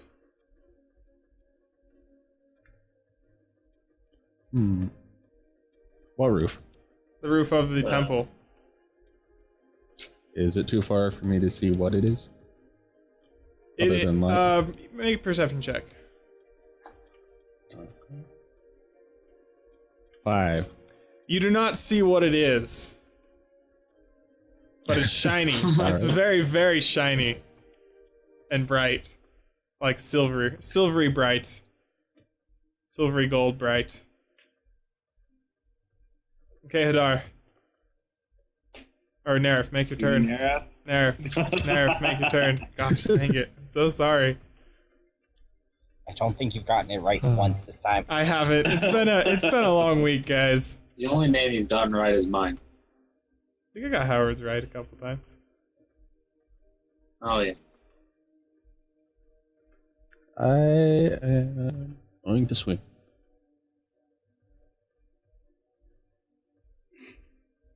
That hits. That also hits. Mm-hmm. So this time, 2 more hits, slamming into this icicle-ridden, what is looking to be a very haggard body of this wormling, as you leave 2 deep cuts along its side. Anything else? That'll be my turn. All right, Howard. Or sorry, Hadar. Hadar before Howard. Hadar before Howard? Yes. Yeah, Hadar. Wait. Is... Oh no, never mind. I lied. Howard, go ahead. Okay. How large is it inside this worm? What do you mean? Like, is it extremely claustrophobic inside here? You are Is being- there quite a bit of space? Do you know how the intestine works in a human? Kind of like squishes things Sure. along. Yeah, that's what's happening to you. You're being crushed and pushed along essentially the intestine of this worm. We're being So- sphinctered. Yes, yeah, pretty much. You're like you can barely breathe, let alone move. Okay.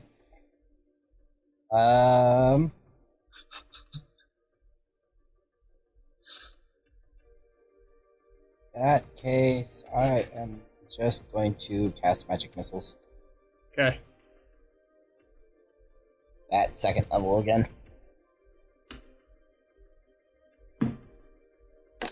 Oh, I forgot to have a roll for the icicles. I'm sorry. So before your turn happens, after the icicles had impacted it, it had attempted to keep down what was in its stomach, but it had failed, and so vomited up. Why can't I select you guys? Am I holding onto the worm while it's like convulsing and vomiting? Oh yeah, it's not doing it enough to throw you off, but it's just like you can see its body kind of just doing moving in the opposite direction that it normally moves as your friends get vomited out along with lots of rubble and earth and bile. They don't smell very good. And diamonds?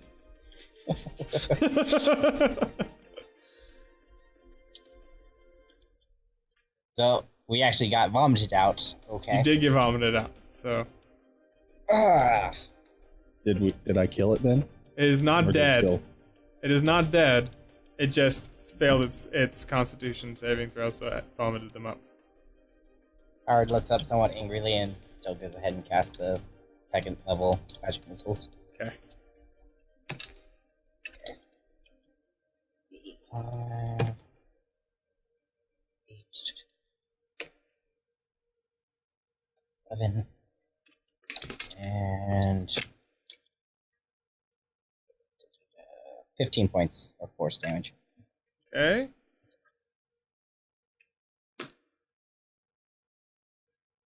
And yep, that'll be his turn. Okay. The purple worm, having received the impact of multiple magic missiles into its wound-ridden body, lashes out with its stinger towards Hadar. And critically misses. His stinger slams into the ground next to you and like embeds itself into the frozen earth and has difficulty moving it back out. You mean he meant Howard? Oh, No, okay, I said Hadar. Hadar is on top of the worm. Oh, Yeah, in there. that was he's not on top of the worm. and you also Now mentioned he's on magic top of the missiles, worm. which is why I figured. Sorry, he meant Howard. it was after he took the impact, and then okay. Sorry, I forgot you were up there. So Yeah. he's actually going to attempt to shake you off. So make an acrobatics check. I'm going to acrobat the crap out of him. It'll be so acrobatic.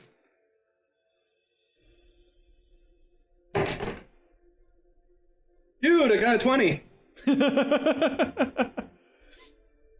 As if you were Nat 20, man. as if you were riding a bronco, and as an expert, with your daggers plunged into it in order to hold on. You just ride this fucking worm as if it were your everyday job. Woo! Radar, is your turn. My turn? Yes.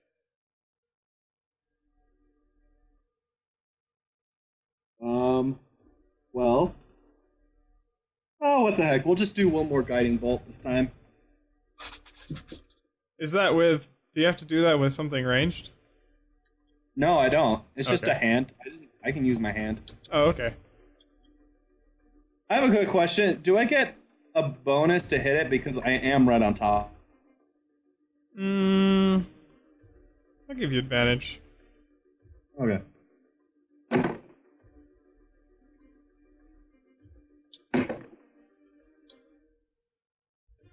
Got a 20. Oh. 20 anything will hit. Yeah, okay. So, I hit. Okay. How do you want to do this? Let me roll the dice. This is pretty good.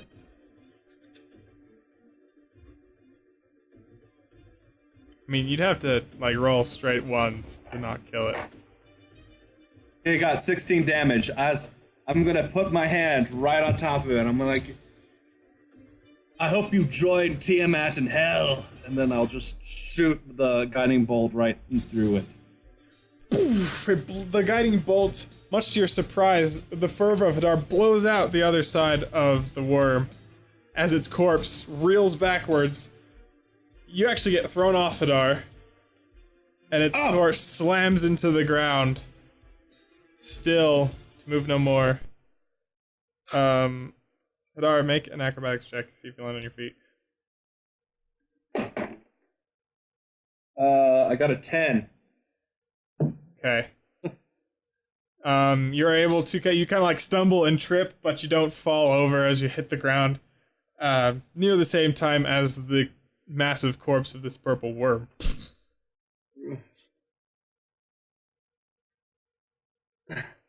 Victory! Whew. That was fun, guys, right? Yeah, although it stunk quite a bit in that thing. I'm just shaking off stomach slime and, trying to clean myself off. Parts of your guys' clothes have been eaten away by the acid. Oh. I cast mending. By the way, Hadar, I'm going to give you inspiration for riding the purple worm. Riding the worm!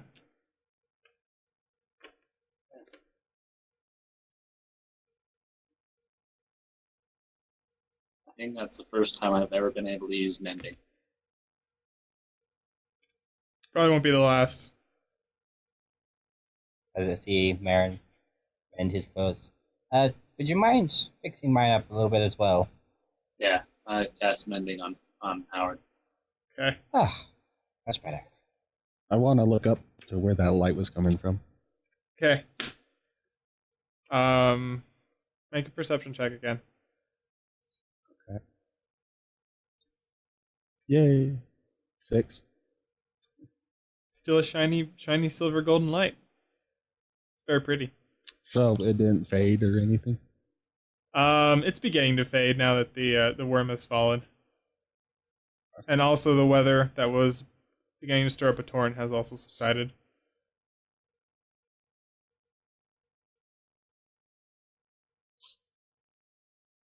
Ugh, I wonder why one of these things attacked it. Just appeared here. Well, they sometimes live in mountains like this, so it's not entirely uncommon to encounter them here. However, I do remember there being stories about great loot inside of them since they eat such a wide variety of things. Perhaps we should check inside, see what we can find. I'm gonna smack my hands together. Dollar signs appear in Marin's eyes. I want to crawl up on top of the body Okay, go ahead. and try and start cutting into it. Okay. Make a strength check. Athletics with advantage since you're being assisted. 23. I don't know what I have to add. I didn't add a advantage to that. Well, That's advantage what is the kids- means you take the higher number. So you see Neris at the top begins to start to cleave with his axe, just try and cut through the hide of this creature. It's slow going, but he's making progress. It's going to take him a while. I assume that the mouth closed as this thing fell. Its mouth is open, and in fact, parts of its body are underneath the ground. So it's kind of like... hold on, I have a picture. Just a second.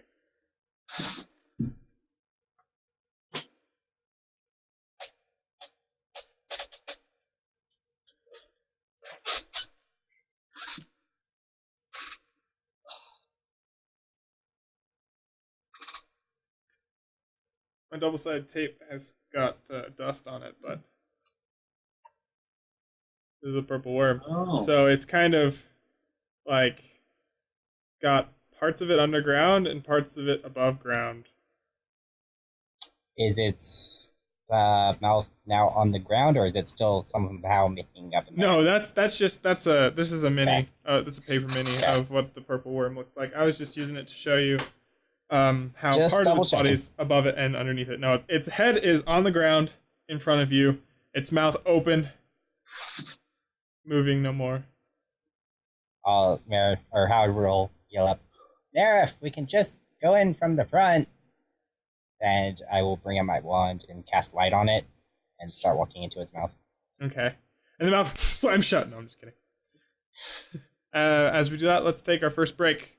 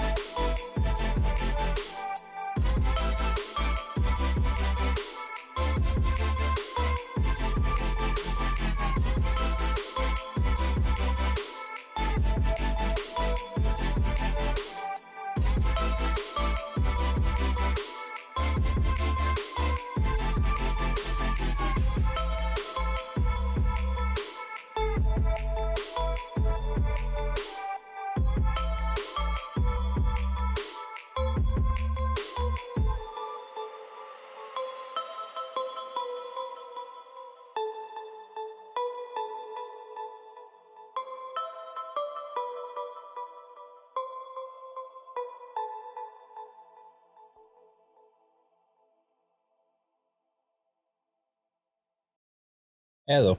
Hey. What'd you think of that? It was okay. The inside of it was a little iffy, but yeah. I wasn't certain how to deal with that. Because technically you're restrained. I think that means you can't move. But at the same time, I don't know. It depends on how you want to visualize it. Yeah. Which is what the thing Lee said. So if you're like bound with ropes restrained, then yeah, you're not going to be able to cast somatic spells. If you're inside a creature, maybe you can't actually physically move to a different position, but you could probably still move your body.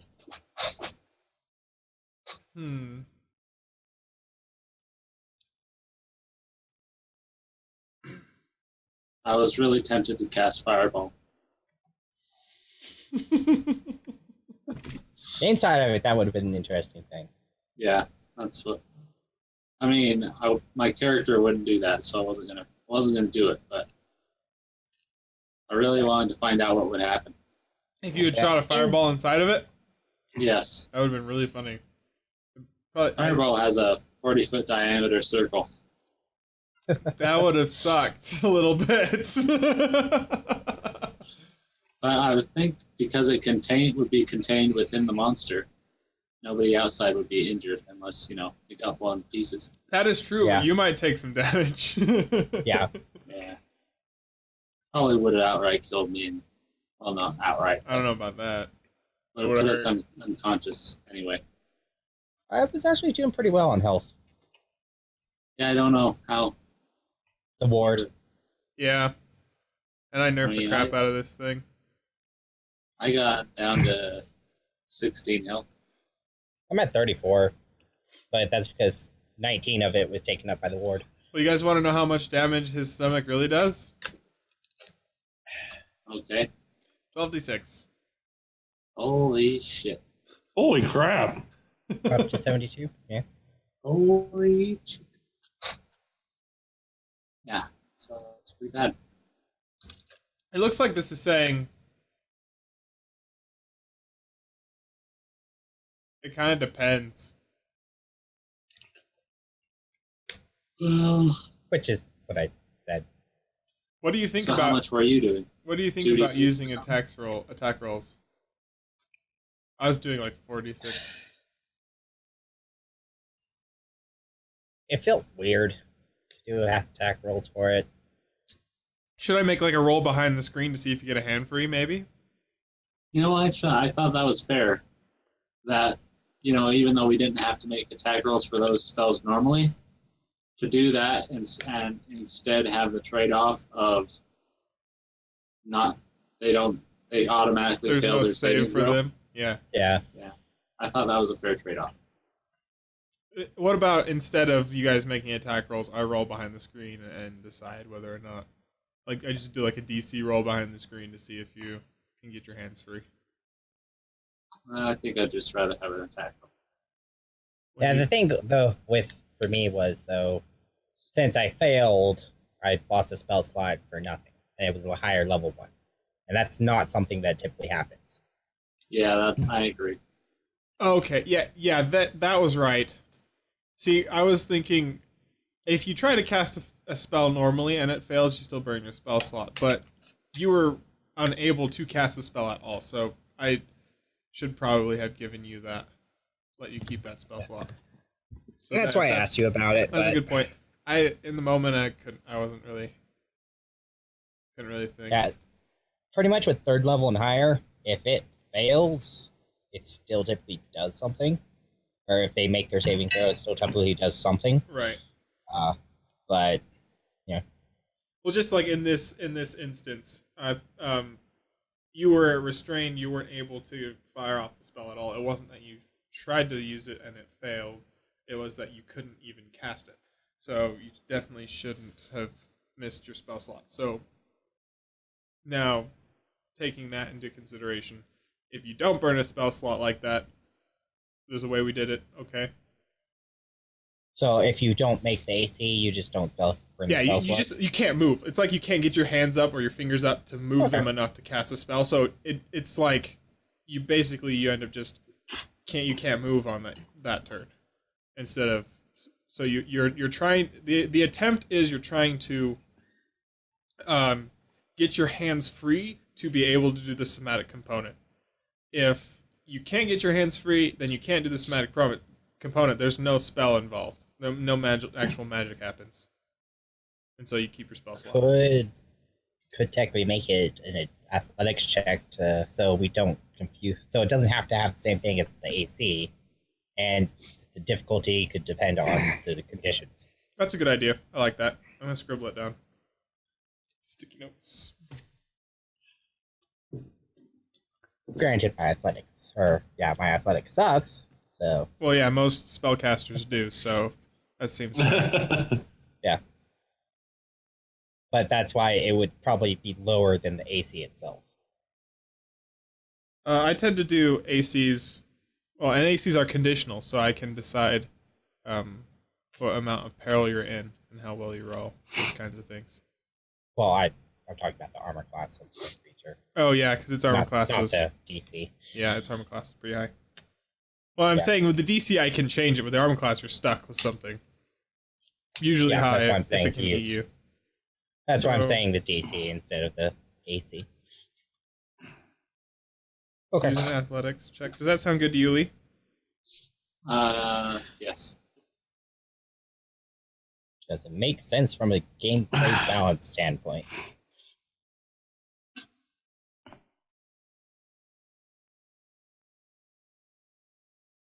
And yeah, I was asking about how large it was inside the creature. So I was thinking of casting Fly just to maybe get myself out of the acid Oh. and not take the damage. Oh, Yeah, it caused no. some serious indigestion. Yeah, the inside of it is essentially it's just a very, instead of an intestine that squiggles back and forth like a human, it's just a long tube. And so Okay. it's just, that's how I imagine all insides of creatures. I guess if some of them do have a stomach sac, but worms do not have a stomach sac. Their stomach's a long tube. I see.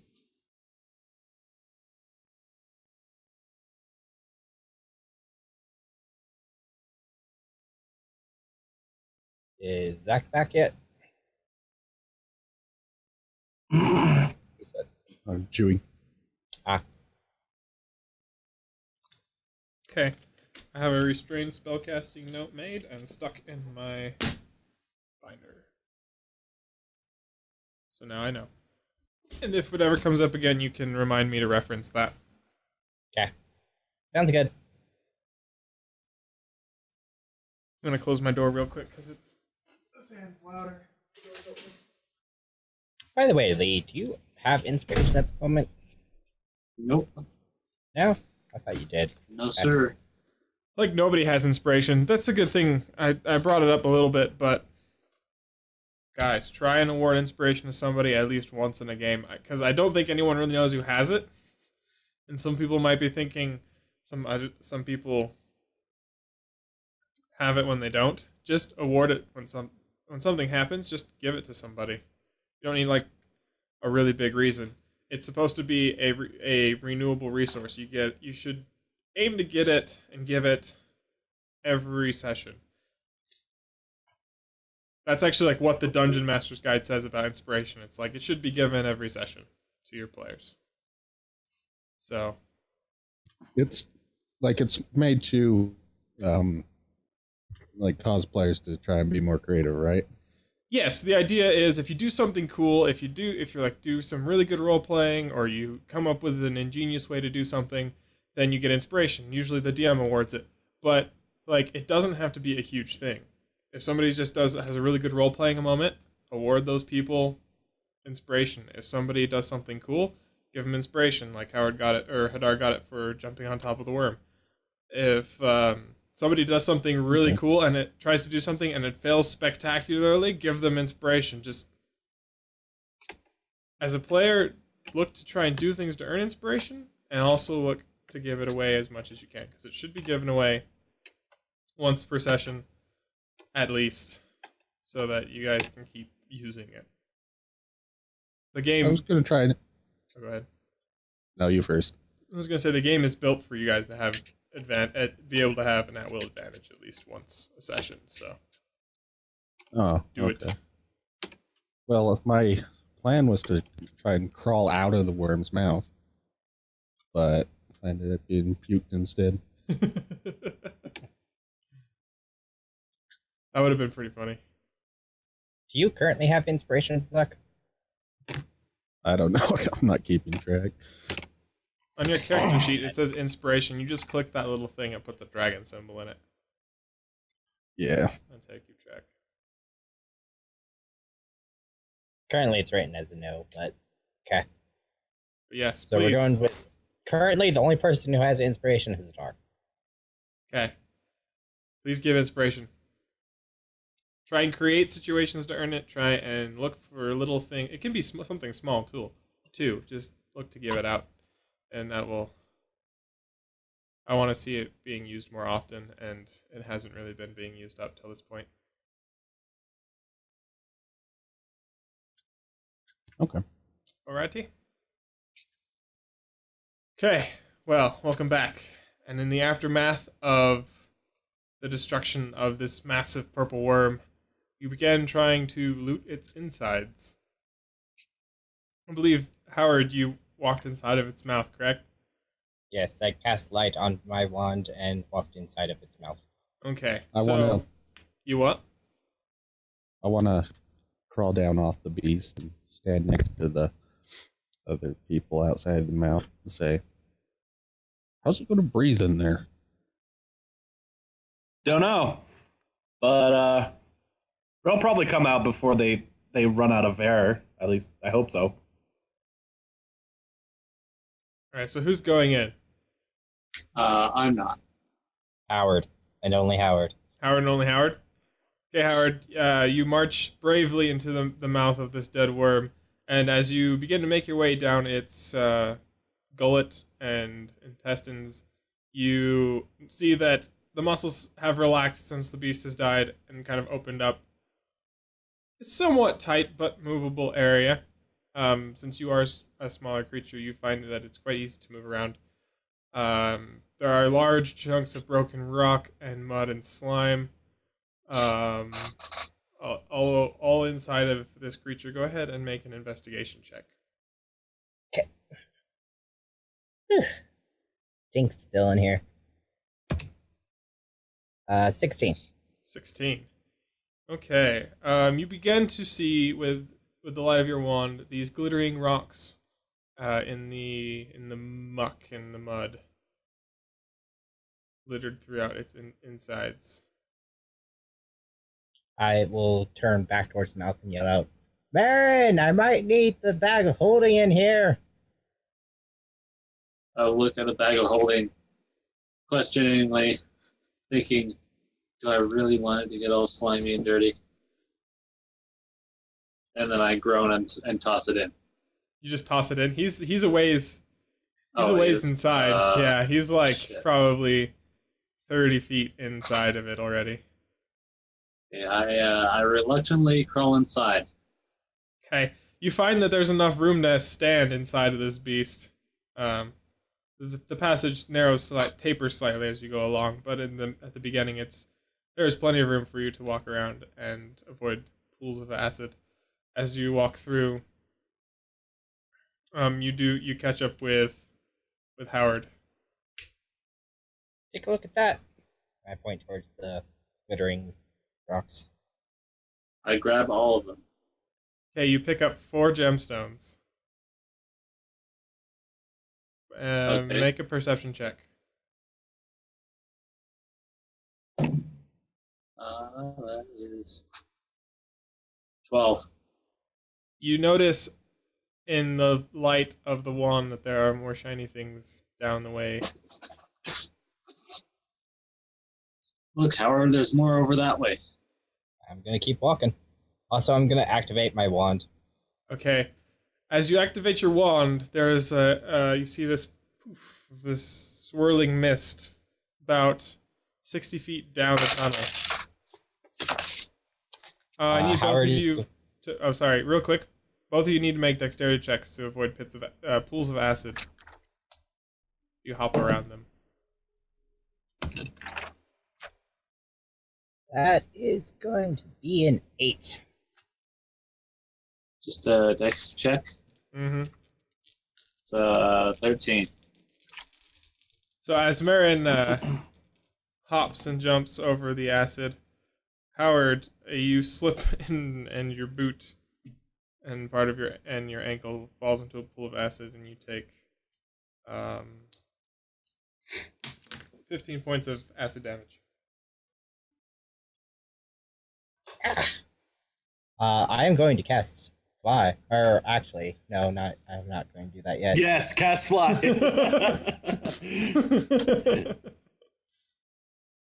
Have I gotten to where I saw the this?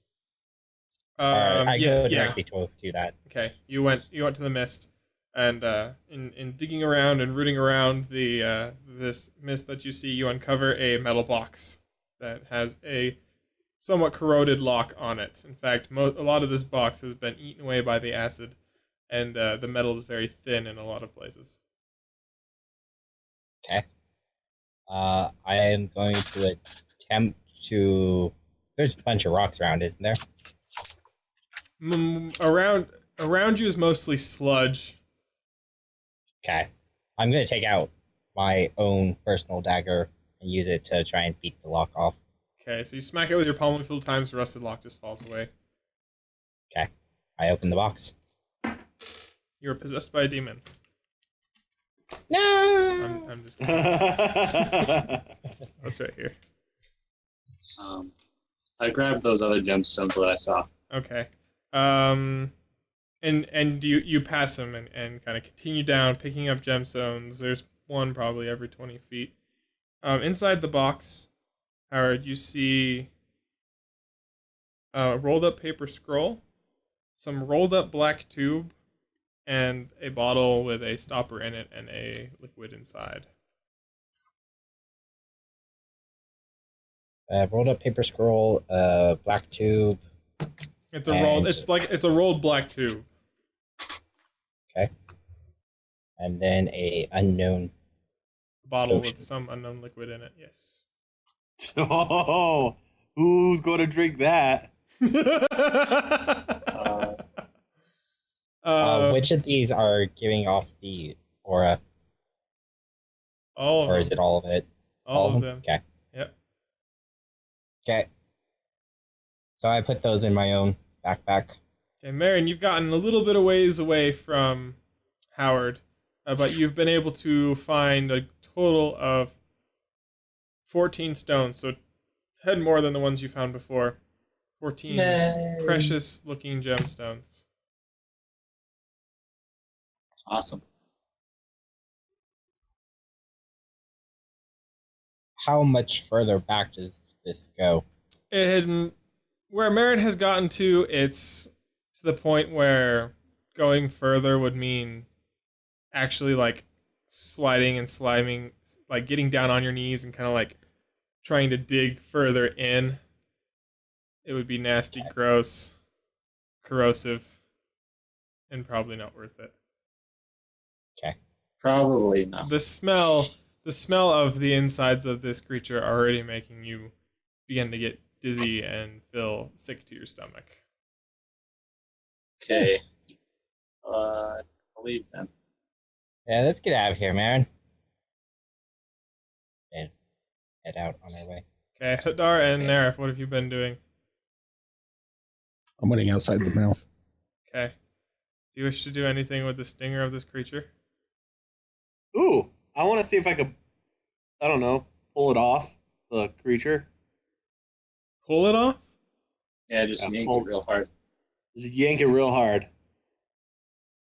As you walk over to the tail of this creature, you realize that the stinger is about the length of your arm. Oh. Okay. I'm going to take, I have a scroll kit, so I'll take one of the ink bottles out. I'll dump the ink out, and I'm gonna take some of the venom from the stinger, I guess. Okay, make a dex check. Oh shoot. You're gonna prick your finger and kill yourself. I was thinking more along the lines I'm gonna slip on the snow and just impale myself. Like, ah! This is a bad idea. 19. Actually, 20 something. It's 20 something. So Okay, so you take your dagger out and you begin to kind of cut and maneuver it between the flesh of the stinger, and you're able to separate the stinger from the rest of the tail of the beast. So Oh. you now have the poison sac. That's not what he was doing at all. Okay, sweet. I have a giant poison sack. Yeah, you could pour it into the bottle if you wanted to, but Can I just? Do I have to do that? Or no, can I you just, can keep it in the sack, Yeah, I'll just keep the poison but sack. it expires. Quicker. Uh-huh. Okay, I'll keep the poison sack, but I guess I'll have a little some of it into the vial. I have Okay. like one vial of poison. Make a sleight of hand check. Oh shoot! You're killing me. You're killing me with this. You just want me to mess up, don't you? Why would I ever want that? I got a 10. Okay, so as you set the glass bottle on the ground and begin to poke a small hole in the sack and begin to kind of like tilt it and try and get it into the bottle. You end up spilling some around the ground, but you're able to fill up the bottle, and there's a small amount in the stack. You've put enough in the bottle to maybe coat 3 blades in it. Okay. Or dip 5 arrows. Got it. And then what's left in the sack that now has a hole in it.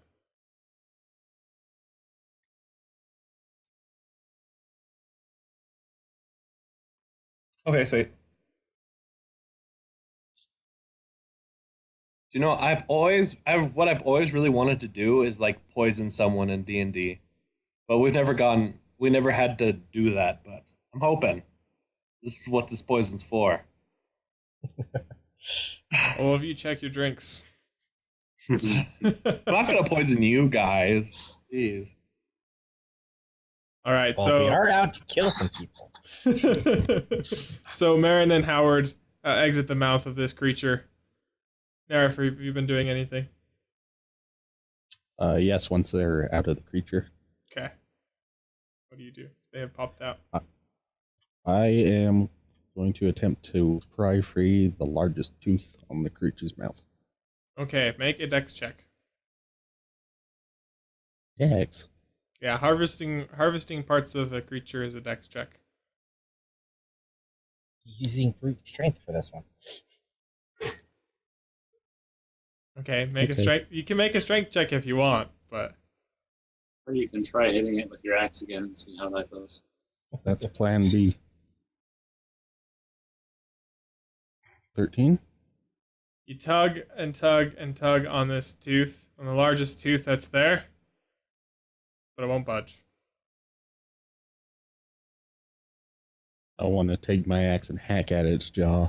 Okay, make an attack roll.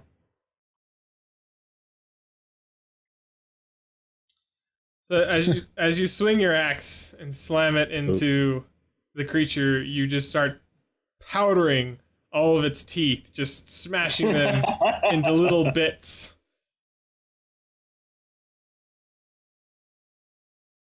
I doth protest. You doth protest. How could I smash him into powder if I made one attack? You made 2.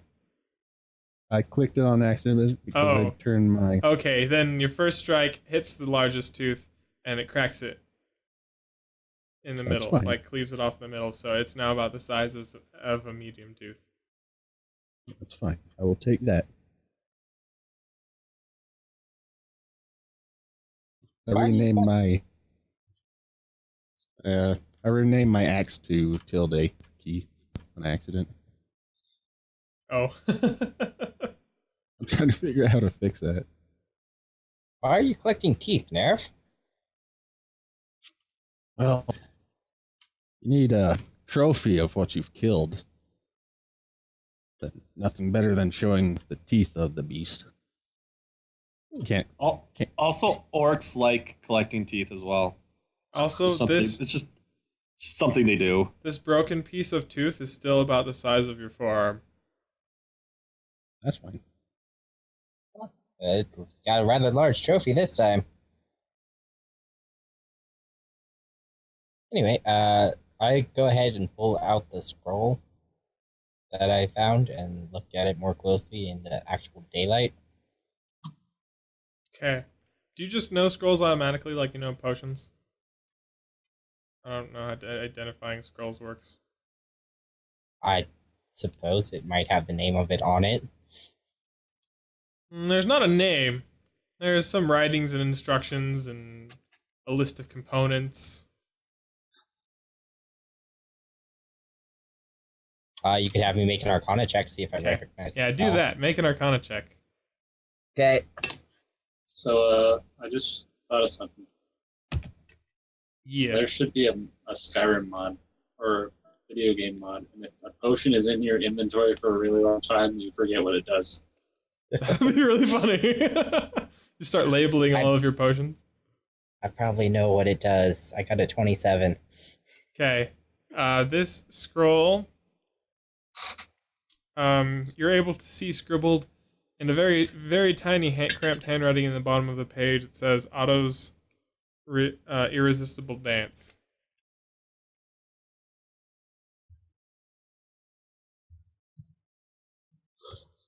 I have a question. Yes. What was the creature we fought in the giant's temple that was under the mountain called a Rimraz or something? Remoraz. Rimraz. Oh, that's it. Yeah.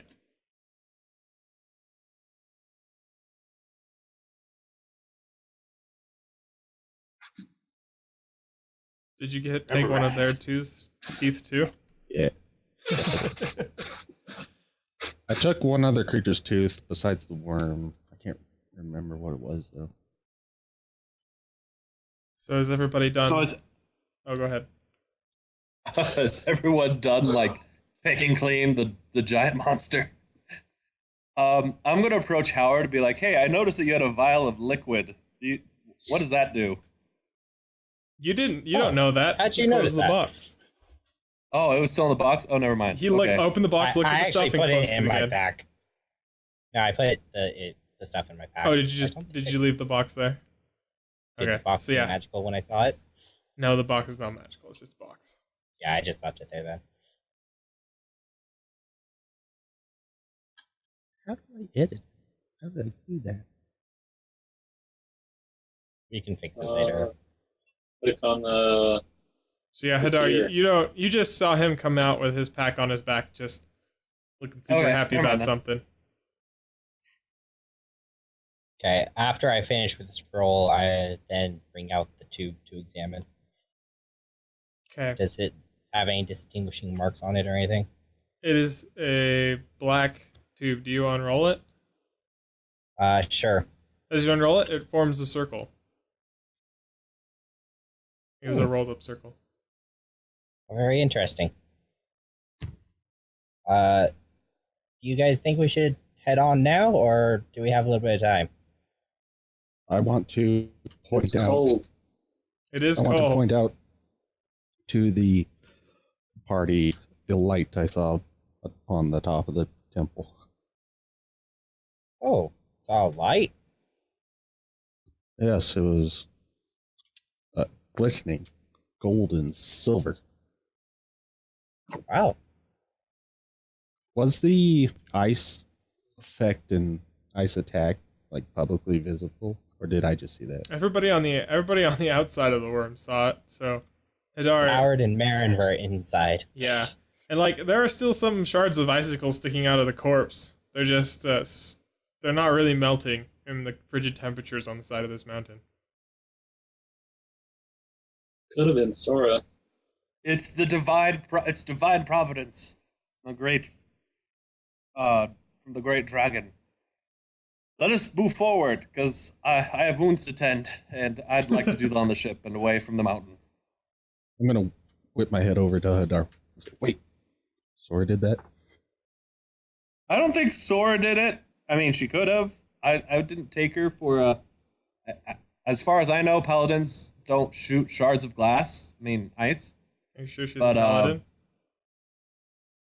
Whatever she is. Or I'm assuming she's a paladin. But either way, I assume, but I don't know. I don't think she did it. But if she did it as as an instrument of the will of Bahamut. So either way, let's just chalk it up to the great dragon god, and we'll call it a day. I think we should go check. Oh, okay. I think wherever we do, we go somewhere warm. Well, we also were told that we're supposed to stop some great dragon giant war from happening in the first place. I'm sort of bouncing on the heels of my feet. If you've never been one to like indulge your curiosity, why now? I have no idea what you're talking about. You just want to see that plate armor again, don't you? Let's go. Spend enough time here. Very well. I start walking away. All right. I will start following him. I'll follow with the defeated look on my face. Okay. Hadar, are you going with him? To the temple? No, it's No. the airship. Yeah, the airship. So headed back Yeah, to I'm the gonna airship. start heading towards the airship. Okay. So as you begin to descend the mountain once more, I need everybody to make a Constitution saving throw. Natural one. Yeah. 8. I got a 20. I still have the Iron Stone. Does that give me advantage on this? I don't remember its properties. This is just I'm radiant. resistant to cold. Oh, then yeah. Okay. Even worse. Still an 8. Okay.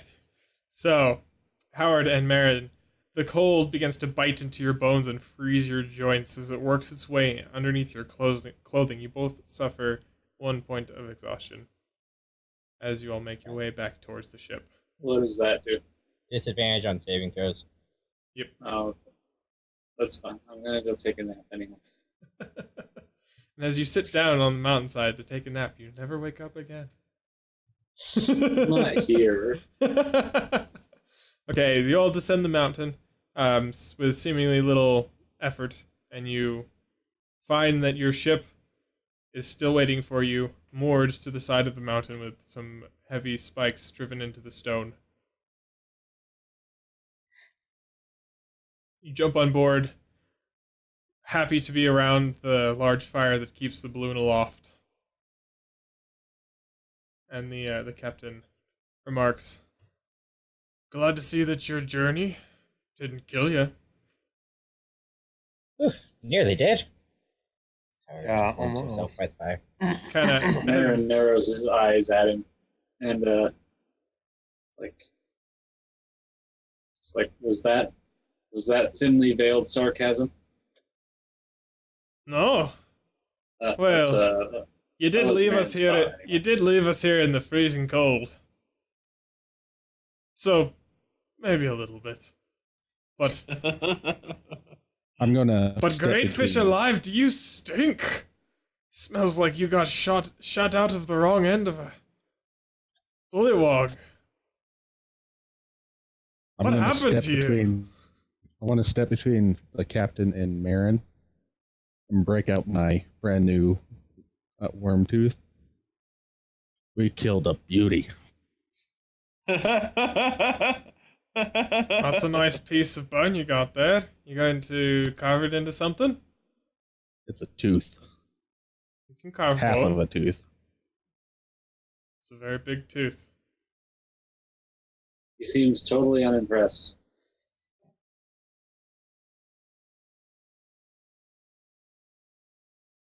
I'm gonna look at the captain again and say, "Well, we never said you couldn't come with us." Aye, but we've Never got a said you fire. Never said you had to stay here either. Well, we are supposed to be giving you passage wherever you'd like to go. Speaking of which, Hadar, where were we heading again? We're heading to the ruins of Orgoth. Does that Orgoth? ring a bell? Orgoth Yeah. doesn't ring a bell, no. Dang it. Wasn't there some city as well nearby? Seacumber. Ah, Secumber. Yes, I'm familiar with that place. Well, I hope it's warmer than here on this mountain. Indeed it is. You'll find it a bit more dusty down there than in these frigid mountains. And I'm certain that everybody here will be happy to be out of this inclement weather. And he begins to shout commands to the crew to throw off the moorings and get the ship in order as they stoke the fires, turn the rudder, and begin to move the ship away from the mountains. Howard is going to go to wherever we typically sleep in this ship. That would be the deck. Typically sleep on the deck. Yeah, you just roll your bed rolls out on the deck. This ship doesn't actually have enough room, for whatever reason, to give bunks to passengers. There's not even really a captain's quarters. Everyone Strange. just It is rather sleeps strange. on a bunk. Yep. I'm going to pull Nerif aside a little bit. Be like, Nerif, Yes. know what Sora said about a coming war between dragons and giants? I do not. Oh, wait, what? You were there. Anyway. Anyway, so I think we should keep an eye out. That's just totally. Anyway, so Sora had a vision where war between giants and dragons is a pretty big deal. Like,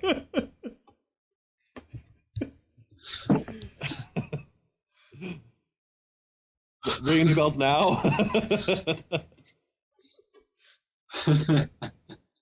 Nerf? Could you speak more clearly?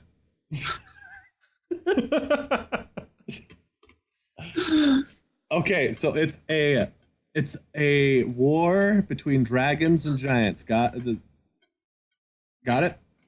Yes. Okay. Wait.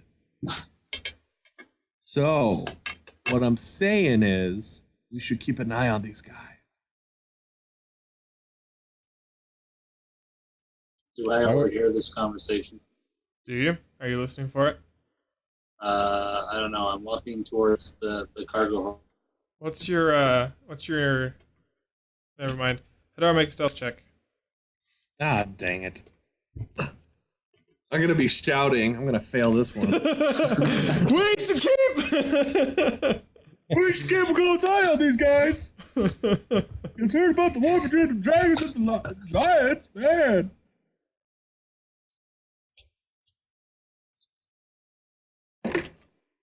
Ah, yes. Perfect. I have a 21 in stealth. Okay. Marion, you do not overhear this conversation. Okay. So, do you understand? I do, but what makes you think we're on the giant side? It's not so much that we're on either one of their sides.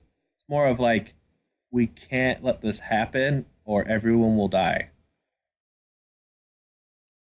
Also, not to be like a racist or anything, but red dragons are known to be quite evil. So I'm just saying that this is something we should look out for. It's not racist if they are. I'm gonna rest my hand on Hadar's shoulder and lean in close, say to him, well, I think we can make use of them for a bit longer, as long as we don't reveal too many details. Yes. Probably. I feel like at one point they will turn on us once we find something of you. And we'll deal with that bridge when we come to it. Since, actually, if Howard has that flying floating spell, I mean, it wouldn't take much to blow up set this airship on fire and then just bail.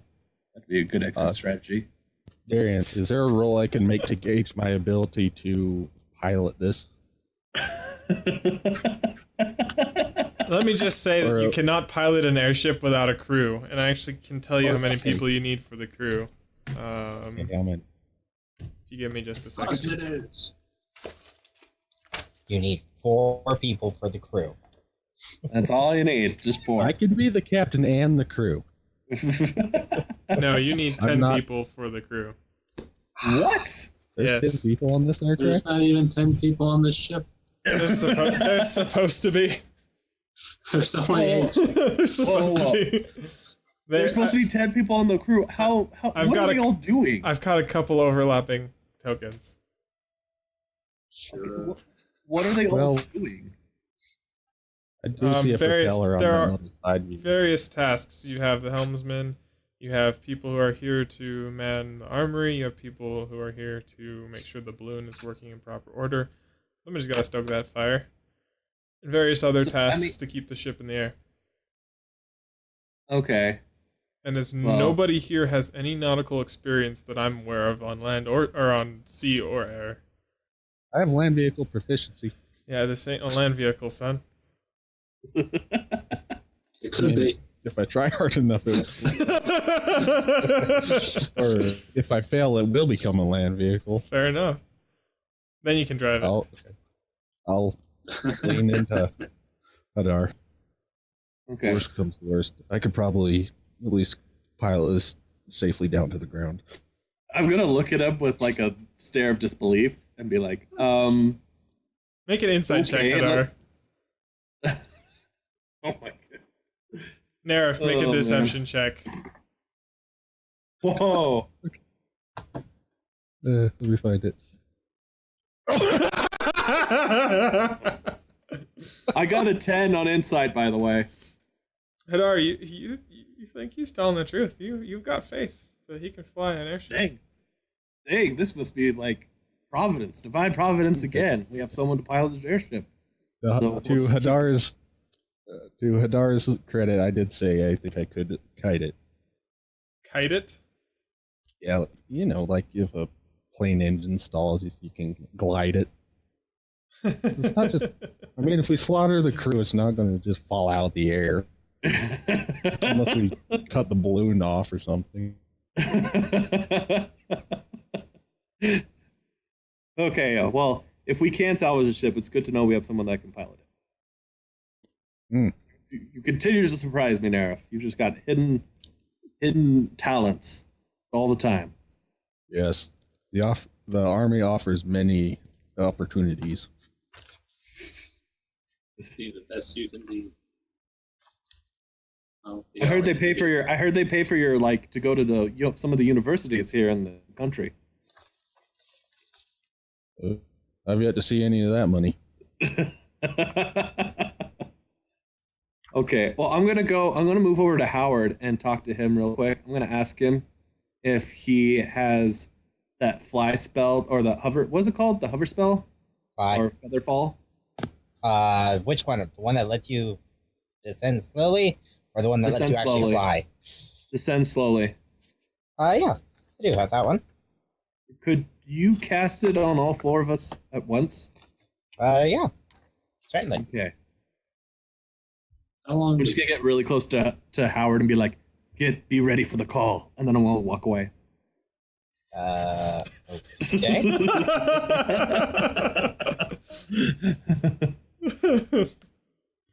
Okay. It only goes for about 300 feet. Oh, that could be a problem. Well, we'll make sure that we have more than enough. You just Space for you that. just go skydiving until you're about 300 feet off the ground. Actually, that might not be. Oh yeah, 360. Okay. Anyways, Howard was trying to find a somewhat secluded spot if he could. Okay, you kind of like duck under the stairs that lead up to the helm. What do you want to do And under there? I'm going to take out the black rolled up thing and cast Identify on it. Okay. As you begin kind of turning this thing in your hand, you kind of like are feeling it, and your hand goes into it, and then comes back out. Okay. Still trying to cast Identify on it. Okay. Keep playing with it.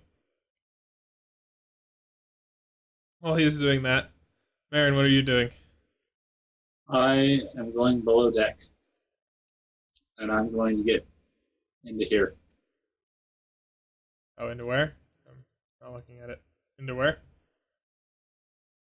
Alright, so you walk down, you open that last door, you see crates and barrels and just general supplies for the voyage. Is there enough space on the floor for a person to lay down? If you move some boxes and kind of like stack some things, you could probably make space for a person to lay down. Okay, I do that. Okay. And then I close the door and I take a nap. Okay.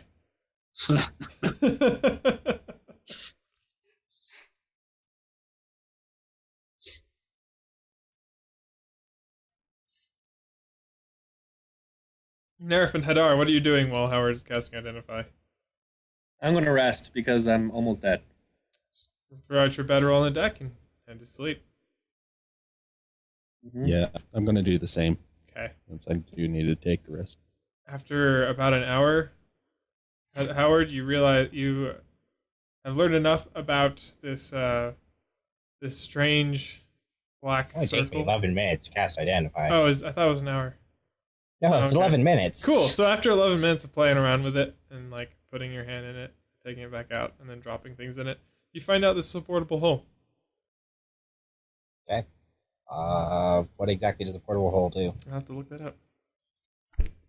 So are you talking about it's like from Who Framed Roger Rabbit? Like he puts a hole down and it's just like you can move it and I whatever. think it works similar to that. I was kind of hoping the door would be locked. I'd have to force my way in. A portable hole. This fine black cloth, soft as silk, is folded up under the dimensions of a handkerchief and it unfolds into a circular sheet 6 feet in diameter. You can use an action to unfold a portable hole and place it on or against a solid surface, whereupon the portable hole creates an extra dimensional hole 10 feet deep. The cylindrical space within the hole exists on a different plane, so it can't be used to create open passages. Any creature inside an open portable hole can exit the hole by climbing out of it. You can use an action to close the portable hole by taking hold of the edge of the cloth and folding it up.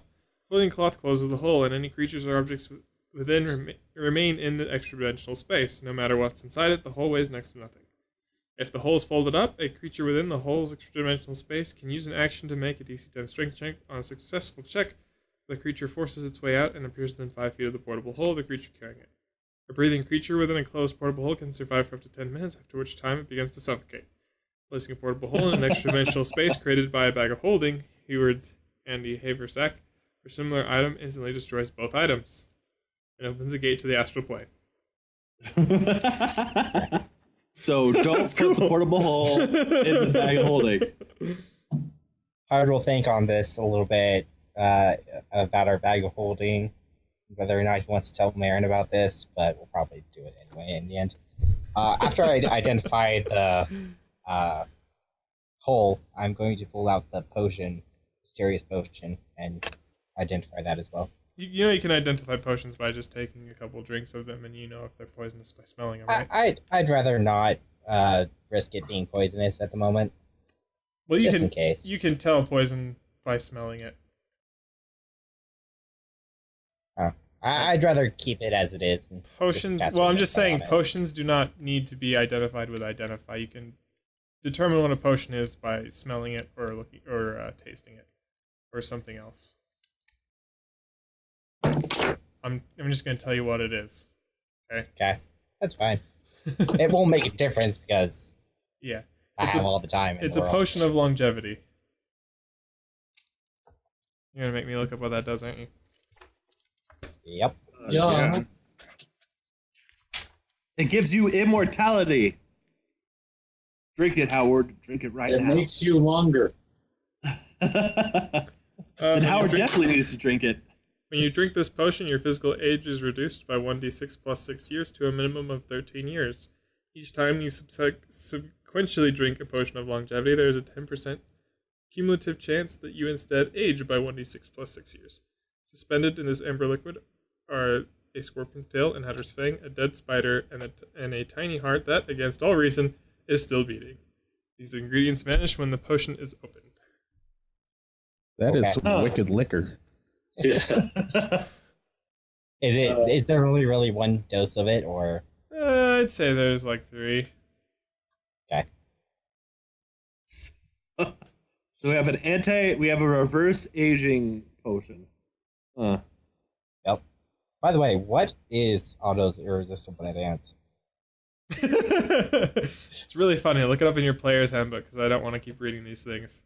That one's actually I'll funny. look it up when I get back home then. Yeah, you essentially. Oh, I forgot. You essentially make if somebody fails their save, you make them dance. Like they just can't stop dancing. They can't attack. And like I think attacks against them What have dance advantage. do they do? It actually tells you they do like a shuffle or something like that. It's pretty funny. What spell level is this? That I don't know. Okay, I will look more into this later. I'll look it Um, up. How much time has passed? At this point, about 30 minutes have passed. Okay. The ship has been slowly pulling out of the mountains,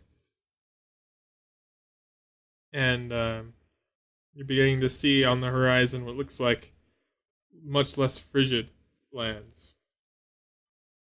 I have a good question. If we were to force feed someone like all of that potion, like all 3 charges, would they could they be like reverted to a young child? You cannot lose years. How do I say this?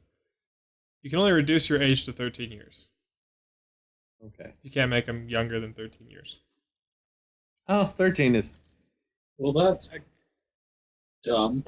It's levels. It's a 6th level spell. I'm just Okay. thinking that would be pretty funny to use against a bad guy. And just like... Force feed him. A teenager. And he's like, what have you done to me? And it's like, you're a teenager now. No one will know that it's you. Yeah. And turn the bad guy into an angsty teenager. Make him go through puberty all over again. By the way, Otto's irresistible dance. You choose one creature that you can see within range. The target begins a comic dance in place, shuffling, tapping its feet, and capering for the duration. Nice. Yes. You make people dance. All right. I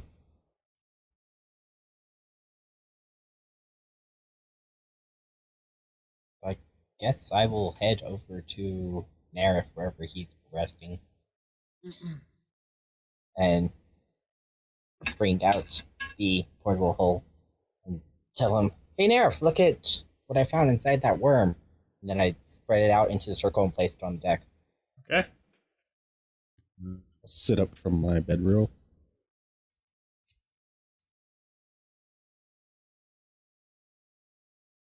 It's it's now a hole right where this circle is. A hole? Yeah. Why don't you jump inside? It's only a little, it's not that deep. Why? I don't know, I think it's pretty cool. Why don't you go first? Okay. And I will climb down into the hole. Okay, he jumped down in the hole. Whee! Okay.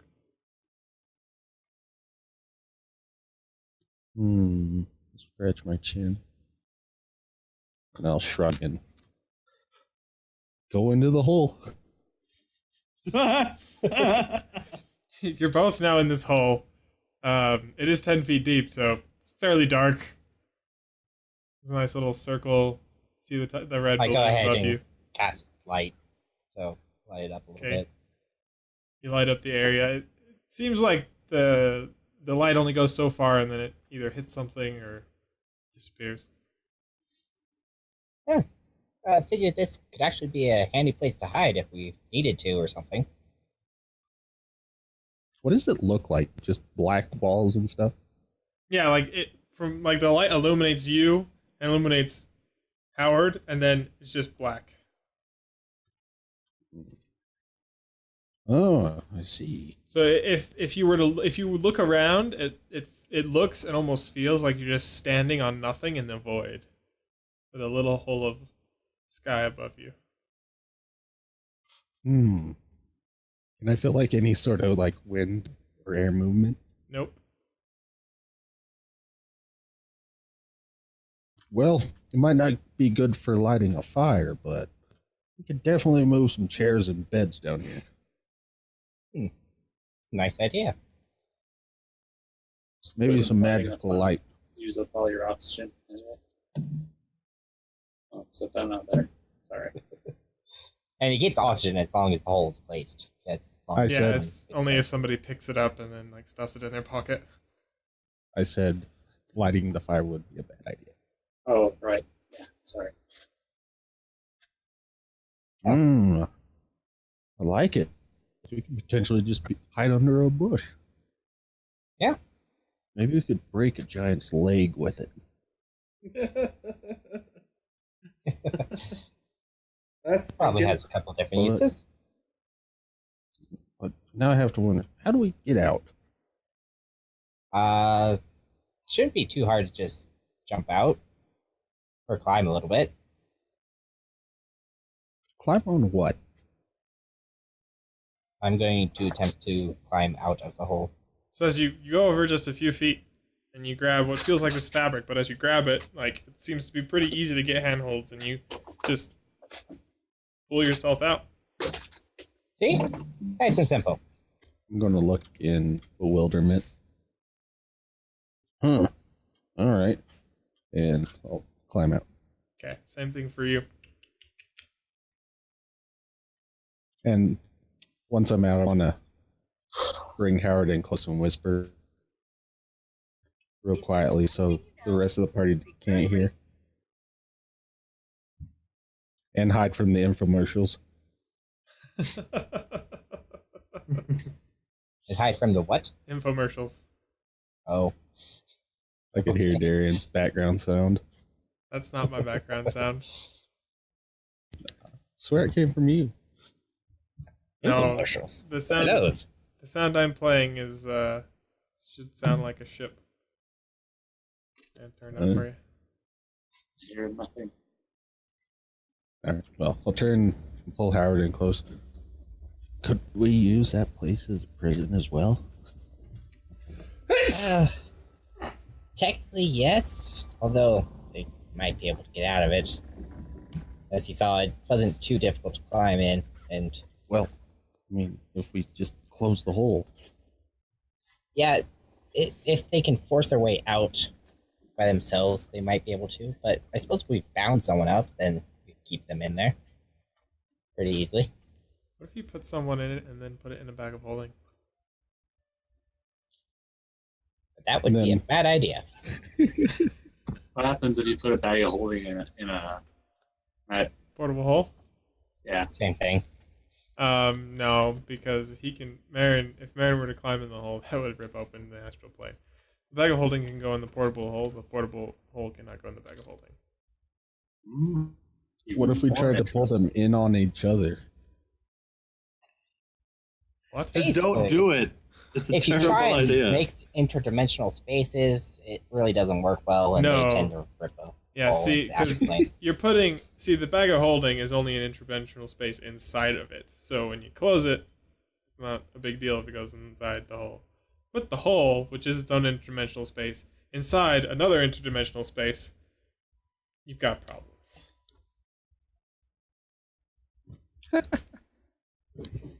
What if I try to put two things in a really long thing? One end goes in the interdimensional hole and one end goes in the bag of holding. I'm pretty sure that would be fine.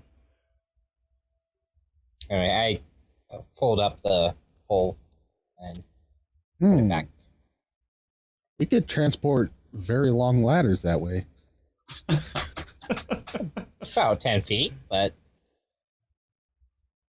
it is rather light. I'll jump up on the deck and shout at Robert. That is a great idea. A mobile home. Oh, wait, what? Who's Robert? Howard, sorry. I'll shout at Howard. Brilliant idea. A mobile home. Home away from home. A hole in a home. Then I'll collapse under my bedsheet. Okay. Anything else today?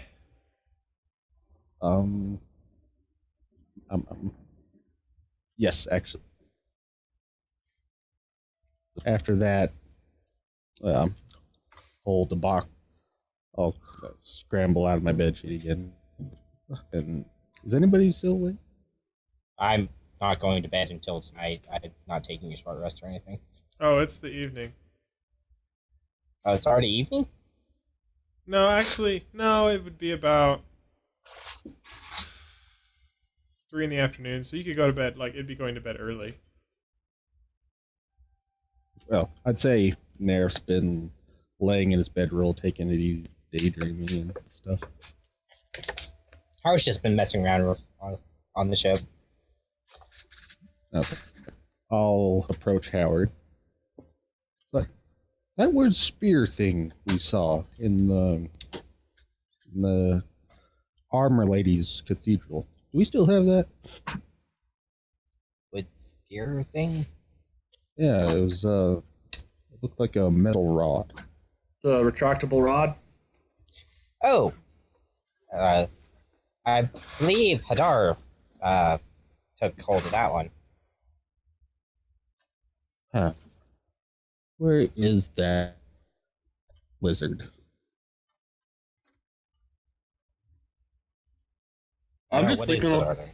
I'm just resting on the deck, patching my hurt. Your heart? My hurt. Your hurt? Yeah, because I'm very wounded. So I'm just like patching myself up, trying to rest. Is this after the hour of the short rest? Yeah, I'm still gonna rest. I'm just gonna keep doing it. Okay. He's going to bed early. I'll approach Hadar before he goes to bed. Hadar, Hey, Nerf, what's up? that strange metal rod. Do you have that? Howard said you Yeah, I do. What do you need it for? Well, do you know what it actually does? It just extends. That's pretty much it. Mind if you let me see it? Sure. I'll give the extendo rod to Nerf. Okay. Okay. Then I'll look back to the door. So, just click this little button. Yeah, just that button. All right, I'll point it away from my face and click the button. Okay. So you're kind of like holding it kind of like this and click. Yes. The rod extends. So just from one direction? Both directions. So you're holding it about Both? in the middle. Okay, so it's like it extends like a spear then. Kind of, yeah, From it the center. extends in both The directions. Tomb Raider spear. I don't know. Oh yeah. Have you not seen Tomb Raider? I've The old played, one? No, I played the newer one. Or not? Oh, sorry, not Tomb Raider. The Mummy. Sorry, The Mummy Returns? Okay, yeah. Yeah, no idea what you're The talking about. the Mummy spear. Nope. Couldn't tell you. I know what Well- you're talking about, Zach. Yeah. So, not to spoil the story, but there's an item in there, and it's a spear, but it folded up. It's kind of like a foot long scepter type of thing, but it's all folded up inside itself. And if you activate it, it expands into a full spear from both ends. This isn't a spear though. This is a rod. There's no sharp points Okay, on so it. And can I tell if it's purely mechanical or magic? As you try to like look around the rod, you realize the rod is not moving. Am I like sliding across the deck, holding it? Yep. As the ship is continuing to fly, You're holding onto the rod that is not moving. I'm gonna look over to Hadar. Whoa, It's pulling you pretty quick, by the way. this is significant. I'll 8 hurry and miles push an the hour. button before I break something. As you begin to near So the it's- steps and get up, you click the rod and it collapses again and you stop moving. So like it's the immovable rod. I can't think of a pun. Dang it.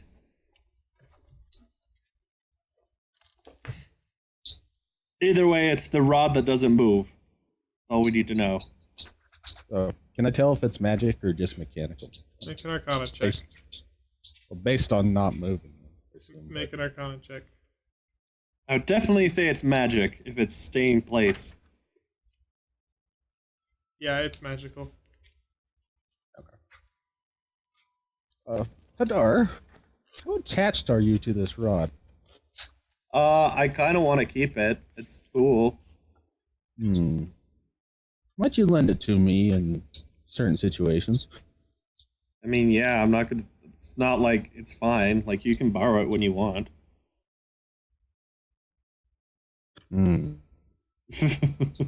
Waiting. I have a sheepish grin on my face. Hadar, we might have to test this thing's potentials because I see many. Oh, okay then. I'll hand the rod back to Hadar. Oh, I'm sorry. So the I rod would- doesn't extend. My apologies. What? Okay, so it's just It a rod. extends now.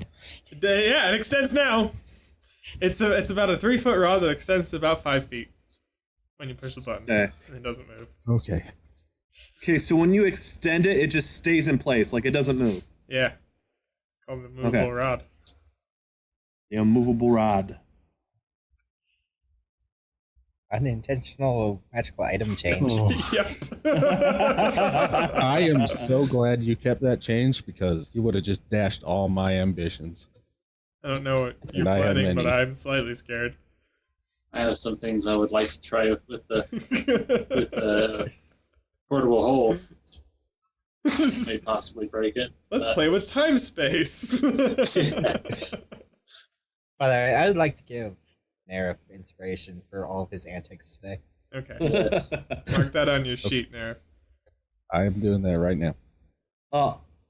Like I'm just thinking though, like if we ever were in a tight spot where we couldn't beat the bad guy, I mean we have a hole, ace in the hole. We'll just put our portable hole in the bag of holding, and then create a portal to the astral plane, and hopefully I the don't bad guy think will so. just fall into it.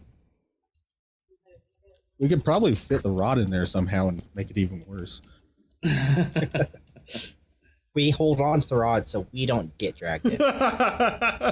Oh.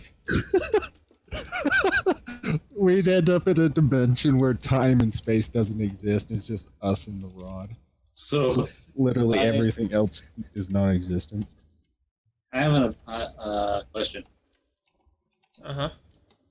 Can you attach stuff to the bottom of the movable hole? What do you mean? Like to the bottom of the hole? Can you attach stuff? I don't see why not. Yeah, Interior, and like on exterior. the inside, like In- trying like yeah, driving on the spikes or inside. something. Yeah, sure, why not? I'm worried. I'm very worried. Does the bottomless hole or portable hole have a weight limit? You don't know. So many It's- tests to run. It's a 6-foot diameter or radius hole. Which one? Radius. 6-foot radius hole. Diameter. Yeah, Diameter. definitely diameter. It's Okay, not 6 12 foot feet diameter wide. with 10 feet down. Yeah, that's still a pretty large hole. It's a very big hole. Is it cylindrical? Did we ever get the Spherical. the Yes. internal dimensions? The internal the dimensions X, are Y, the and Z. same as the external ones. So it's like a cylinder that extends down into an extra dimensional space 10 feet. And has a floor. Oh, so we can't fit a house in there. Not an entire house. Could fit some cushions for sitting. Or people can't just sleep in this circle that big. Yeah, it would be difficult for all four of us to fit. Two of us might. Unless we want to cuddle. I would say two of us might fit, but four would be a bit of a stretch. Okay. All right. Nerif is going to head back to his bedroll. Fiddle with his playing cards. Okay. Is everybody ready for bed? So you said it was 10 feet deep, right? Mm-hmm. Yes. So that means the area would be. Oh, wait, no, that's. I want. Why do you want to know its area? Wolfram Alpha, man. He'll tell you if you know how to input the equation correctly. Just Google 36 just Google times volume. pi times 10. Don't you want volume? I know. Don't you want volume anyway, not area? Are you going to fill it with That's ale? what I just said. I was doing the wrong equation. Yeah. Yes, waitress. Give us 250 gallons worth of ale in this bag. Yeah, so the volume is 282 cubic feet. That doesn't sound right. No, it doesn't. Mm-mm. We'll do the math later. Oh, wait. No. It's 3 feet for the radius, so that might be okay. That might be right. Yeah. Well, isn't it? Is it 3/4 pi r squared? Times It's a the cylinder, height. so it's pi r squared h. Okay, yeah. I don't remember I don't know why, but I remember that. I'll do the math with the calculator. Yeah, anyway. 90 times 3.14. Yeah. Anyway. None of you know algebra. Except maybe Mary. Oh, shit, I went to college. Howard went to wizard school. Wizard school does not teach math. Investigation. I don't see why not. saving throw. Investigation saving throw. That's right. Well, that's fine. We'll just do to it do by hand. math. How many gallons of water fit in the portable hole? Okay, anyway. Anyway, is everybody ready for bed? Is it I'm now already in nighttime? The day is starting to progress. I just want to know what you're doing throughout the day, and then we're gonna time lapse. Okay. Nerif is lazing about until he goes to bed. Okay. Yeah, I head to bed. It's evening approaches. Okay. I went to bed early and will wake up before the sun rises. All right. Marin, your dreams are plagued with these visions. You see yourself. Plagued with visions sounds bad. They're not bad dreams. In fact, they're seemingly wonderful dreams to you. You see yourself sitting at your father's desk in your old keep.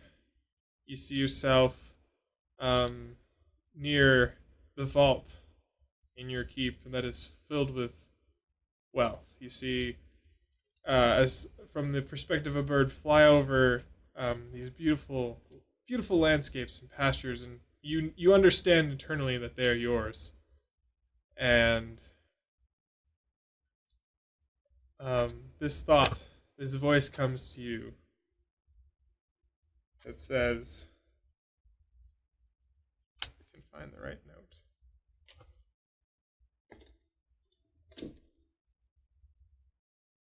Seek out Far Azure. Seek out what? Far Azure. I'll type it in there. Spell that, Yeah. please.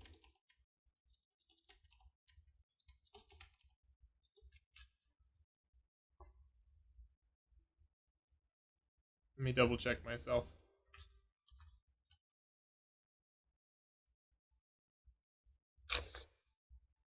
Yep. Oh, I sent that to the wrong person. Yes, you sent that to me. Erazur. Okay.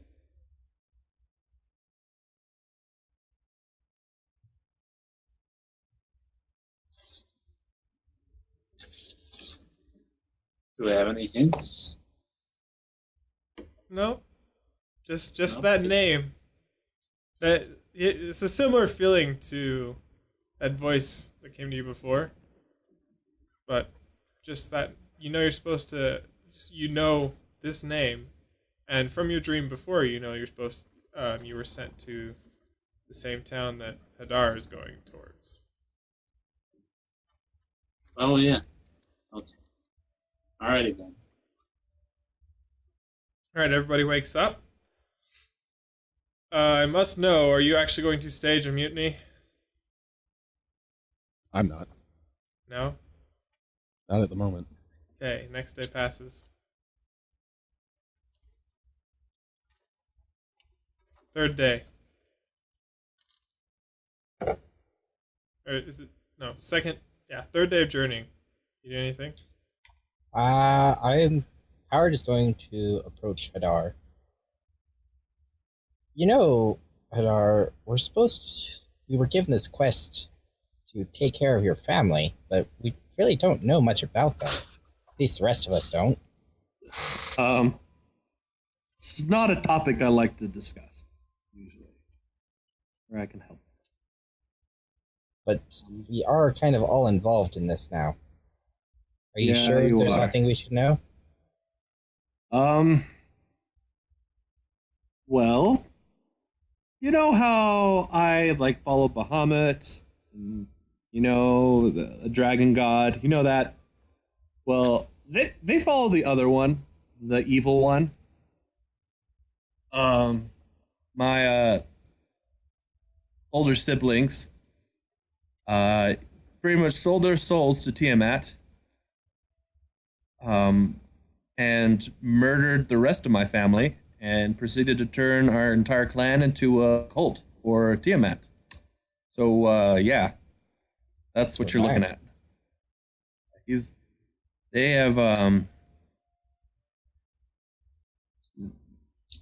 They've been hunting me for a long time. I don't know why.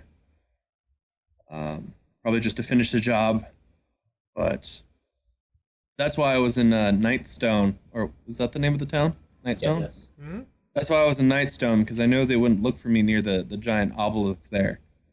Because of how it messes with dragons? Well, it's not really comfortable for Dragonborn either, so I was just there just to lay low and maybe find a way to I don't know, maybe find some way to use the obelisk against my siblings, but then the giants took it, so it's kind of a roller coaster. Actually, I it's hadn't been- heard about that property of the Obelisk of Nightstone. I hadn't heard of that property of the Obelisk at Nightstone. Oh, well, that's right. Yeah, there was a giant artifact there that apparently ripped dragons until the giants stole it. That's correct, right? Mm-hmm. Did I get that right? Yep. Okay. It is now. No, that's right. That's what I told them. Long okay. time ago. Huh. I guess we just never asked. So No, we now we're didn't. finding out ages later. It's been almost a year. Yeah. I'm gonna go up to Hadar. I'm gonna assume that I got Marin in there before I ask this question. Yeah, that's fine. Oh, okay. Hey, Hadar, Yeah. can I borrow that immovable rod? Sure. I had also shown the other two the hole in the last 2 days, Okay. so I was playing with it. Definitely can be used as an effective prison, maybe temporarily. What is the sturdiest thing on this ship? I'm gonna jump up and say no. Why? No. No, What? You don't even Aaron. know what I'm gonna do. I already know what you're gonna do. Even if I don't know you're gonna do it. Well, then what's that? What am I gonna do? You're gonna break something important. You don't know that. But Yeah. I feel it.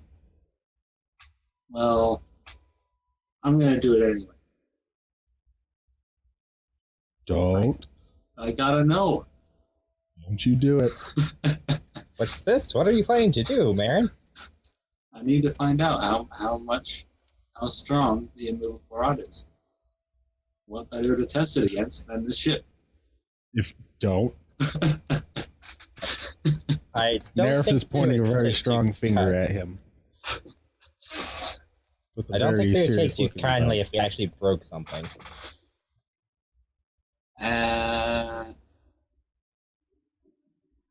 And they're just cultists, right? Like, they're not. Like, They follow a chromatic dragon.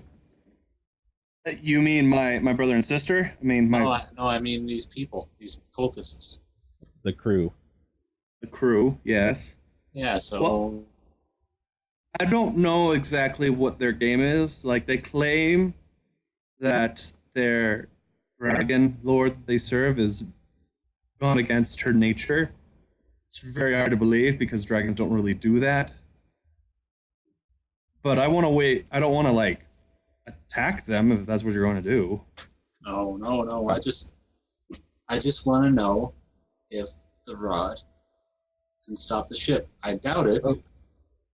Before I don't think it will Hang on. stop the ship. I think it will break the ship. Because if Before you were to Marin- put it like in front of anything, it will just rip right through the ship. Before we continue, I hate to do this, but could in my travels aboard the ship have an estimate of how high we are flying? Stick your head over the side of the ship and find out. Are we below deck? Are you below deck? Looks I thought like we you're were on above deck because that's where I was. Yeah. We typically sleep above deck, so Oh, okay. Yeah, I there's thought we not were a huge below reason deck. to go below deck unless you're married. All He's right, made himself a room. we're What looking do I for a roll? fireplace. Perception? Yeah, roll perception. Yay, 7. You are really high up. Oh my gosh, you are so high up. All right. I'm gonna turn to Marin. No! If you destroy this ship, I don't feel like falling to my death. I'm not gonna break the ship. I might be the punching bag for animals, but I won't die like this. What makes you think I'm being that reckless? I don't want to die either. Listen, I'm just gonna tie some rope to the railing. No. No, you're not. All right, fine. We can do this on land. I'm gonna have to agree with Nerif because that sounds like a terrible idea, especially with us this high up. Oh, well, you guys, whatever. I just storm off.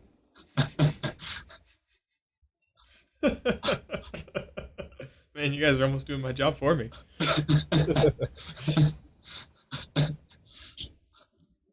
I mean, yeah. Well, Hadar, I do thank you for sharing that with us. I know it Yeah. must not be easy, but Mm. I felt it was something we probably need to learn about. Yeah. All you need to know is that the minute we get this artifact, I know where my clan, at least where they used to reside, they should still be there in the swamps. We should go there and eradicate them as quickly as possible. I'm gonna return to sit next to Hadar with a somber look on Air's face. This is pretty heavy duty you have. No one should have to kill their own blood. They're not my blood anymore. Ever since they swore their lives to Tiamat, their skins turned black. Blacker than the... shoot. Sorry, I'm not really good with words. Sut. But it's like blacker than the blackest night. They don't even... They grew tails, and their legs now bend backwards, like... They aren't my kin anymore, they're monsters. Perverted by the magics of Tiamat.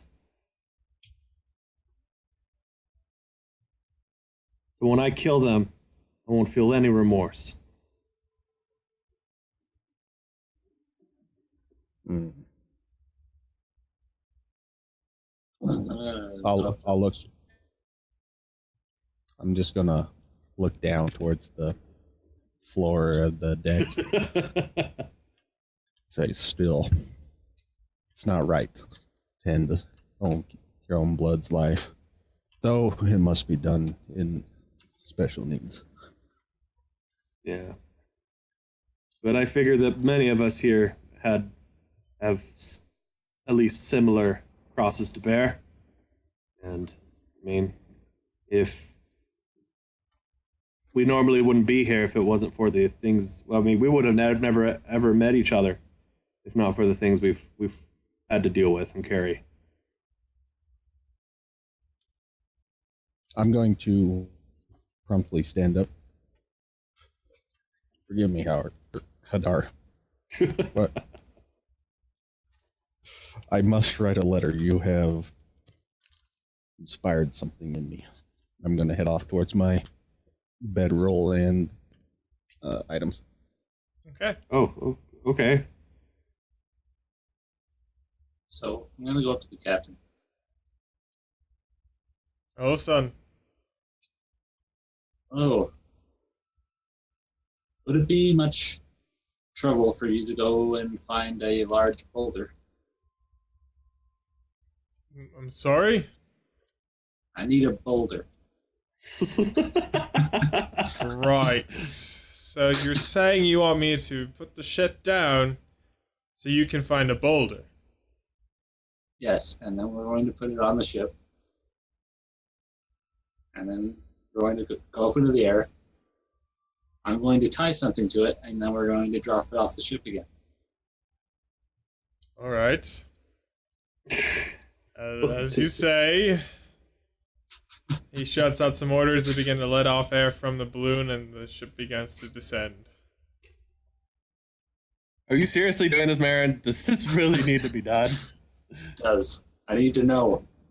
As the ship starts to descend, head over to where Marin is talking to the captain and say, "What are we doing now?"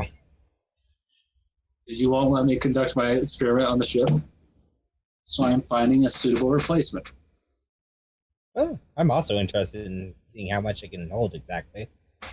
Well, carry on.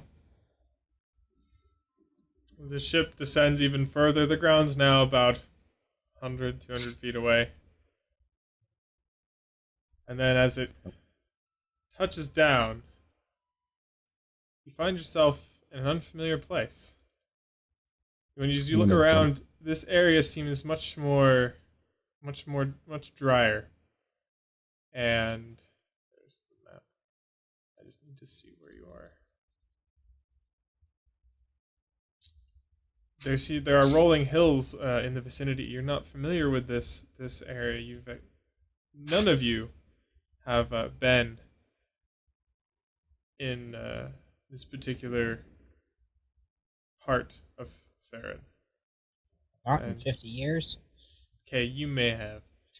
You haven't really detailed your exploits to me. No, I have not. Because that is because I would rather not just plot out 50 years of my life. So let's just say you never came down here. Okay. South of the Sword Mountains. So I'm gonna jump up from my bedroll. Yep. As soon as the ship touches ground, Nerf jumps up. What the hell is going on? We're going to conduct an experiment. I'm going to give Marin a very piercing look.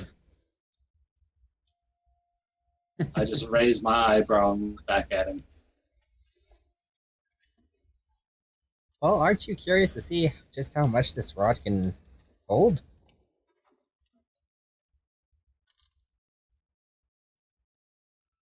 Oh, so it's going to be a rod experiment. Yes. I let out a loud groan. Fine, wizard. Do your experiment. I'm not a wizard. He's a wizard. So, I shrugged. Okay, I said about finding a large boulder, Okay, preferably with Howard's help. the hills in this area, and as you told the crew, they have disembarked, anchored the ship, and they are looking around. You're in a rather hilly area. There are not any easily accessible boulders. So go ahead and make a investigation check for me. I'm also looking. What foolish captain would land the ship in a place that doesn't have a boulder? Told him to put it down. He put it down. I want to look around for threats. Okay. Go ahead and I roll got perception. 14. 14. Howard. I got a natural 1, which brings me at a 9. Nerif, what's your perception roll? 7. So as you guys spend, after you've been searching for about 30 minutes, you hear the captain say, "There's one!" And as you all look, you see him pointing. And he's pointing in the air.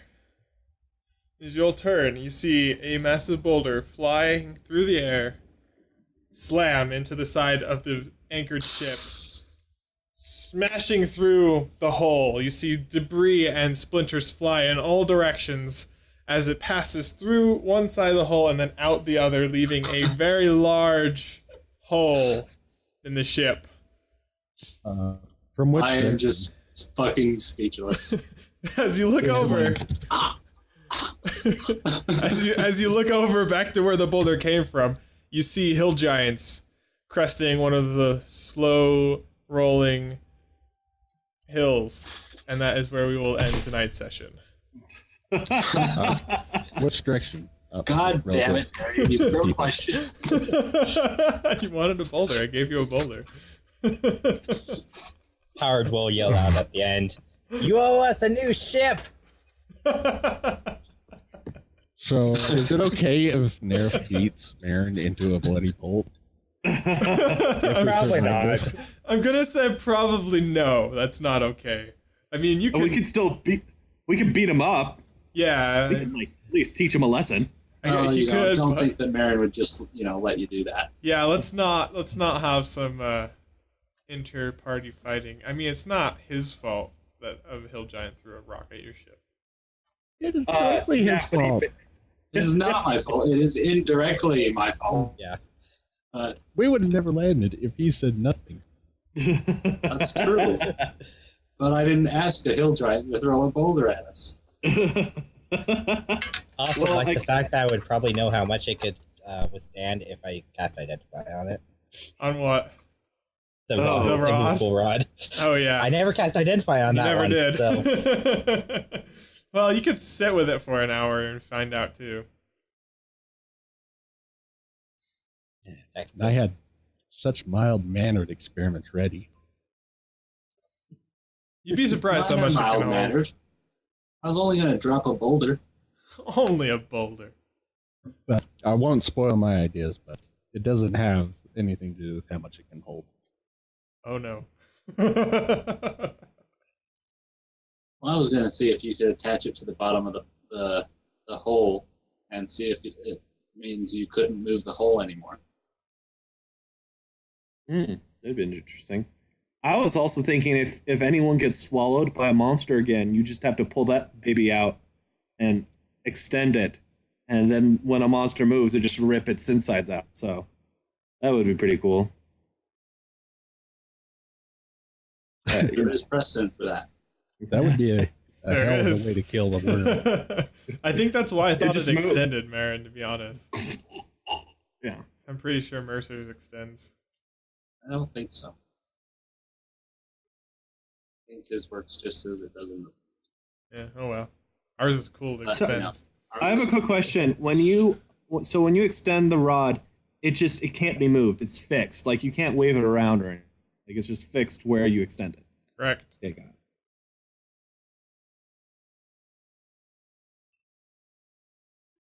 Oh, I have another idea. I'm happy with this surprise portable hole.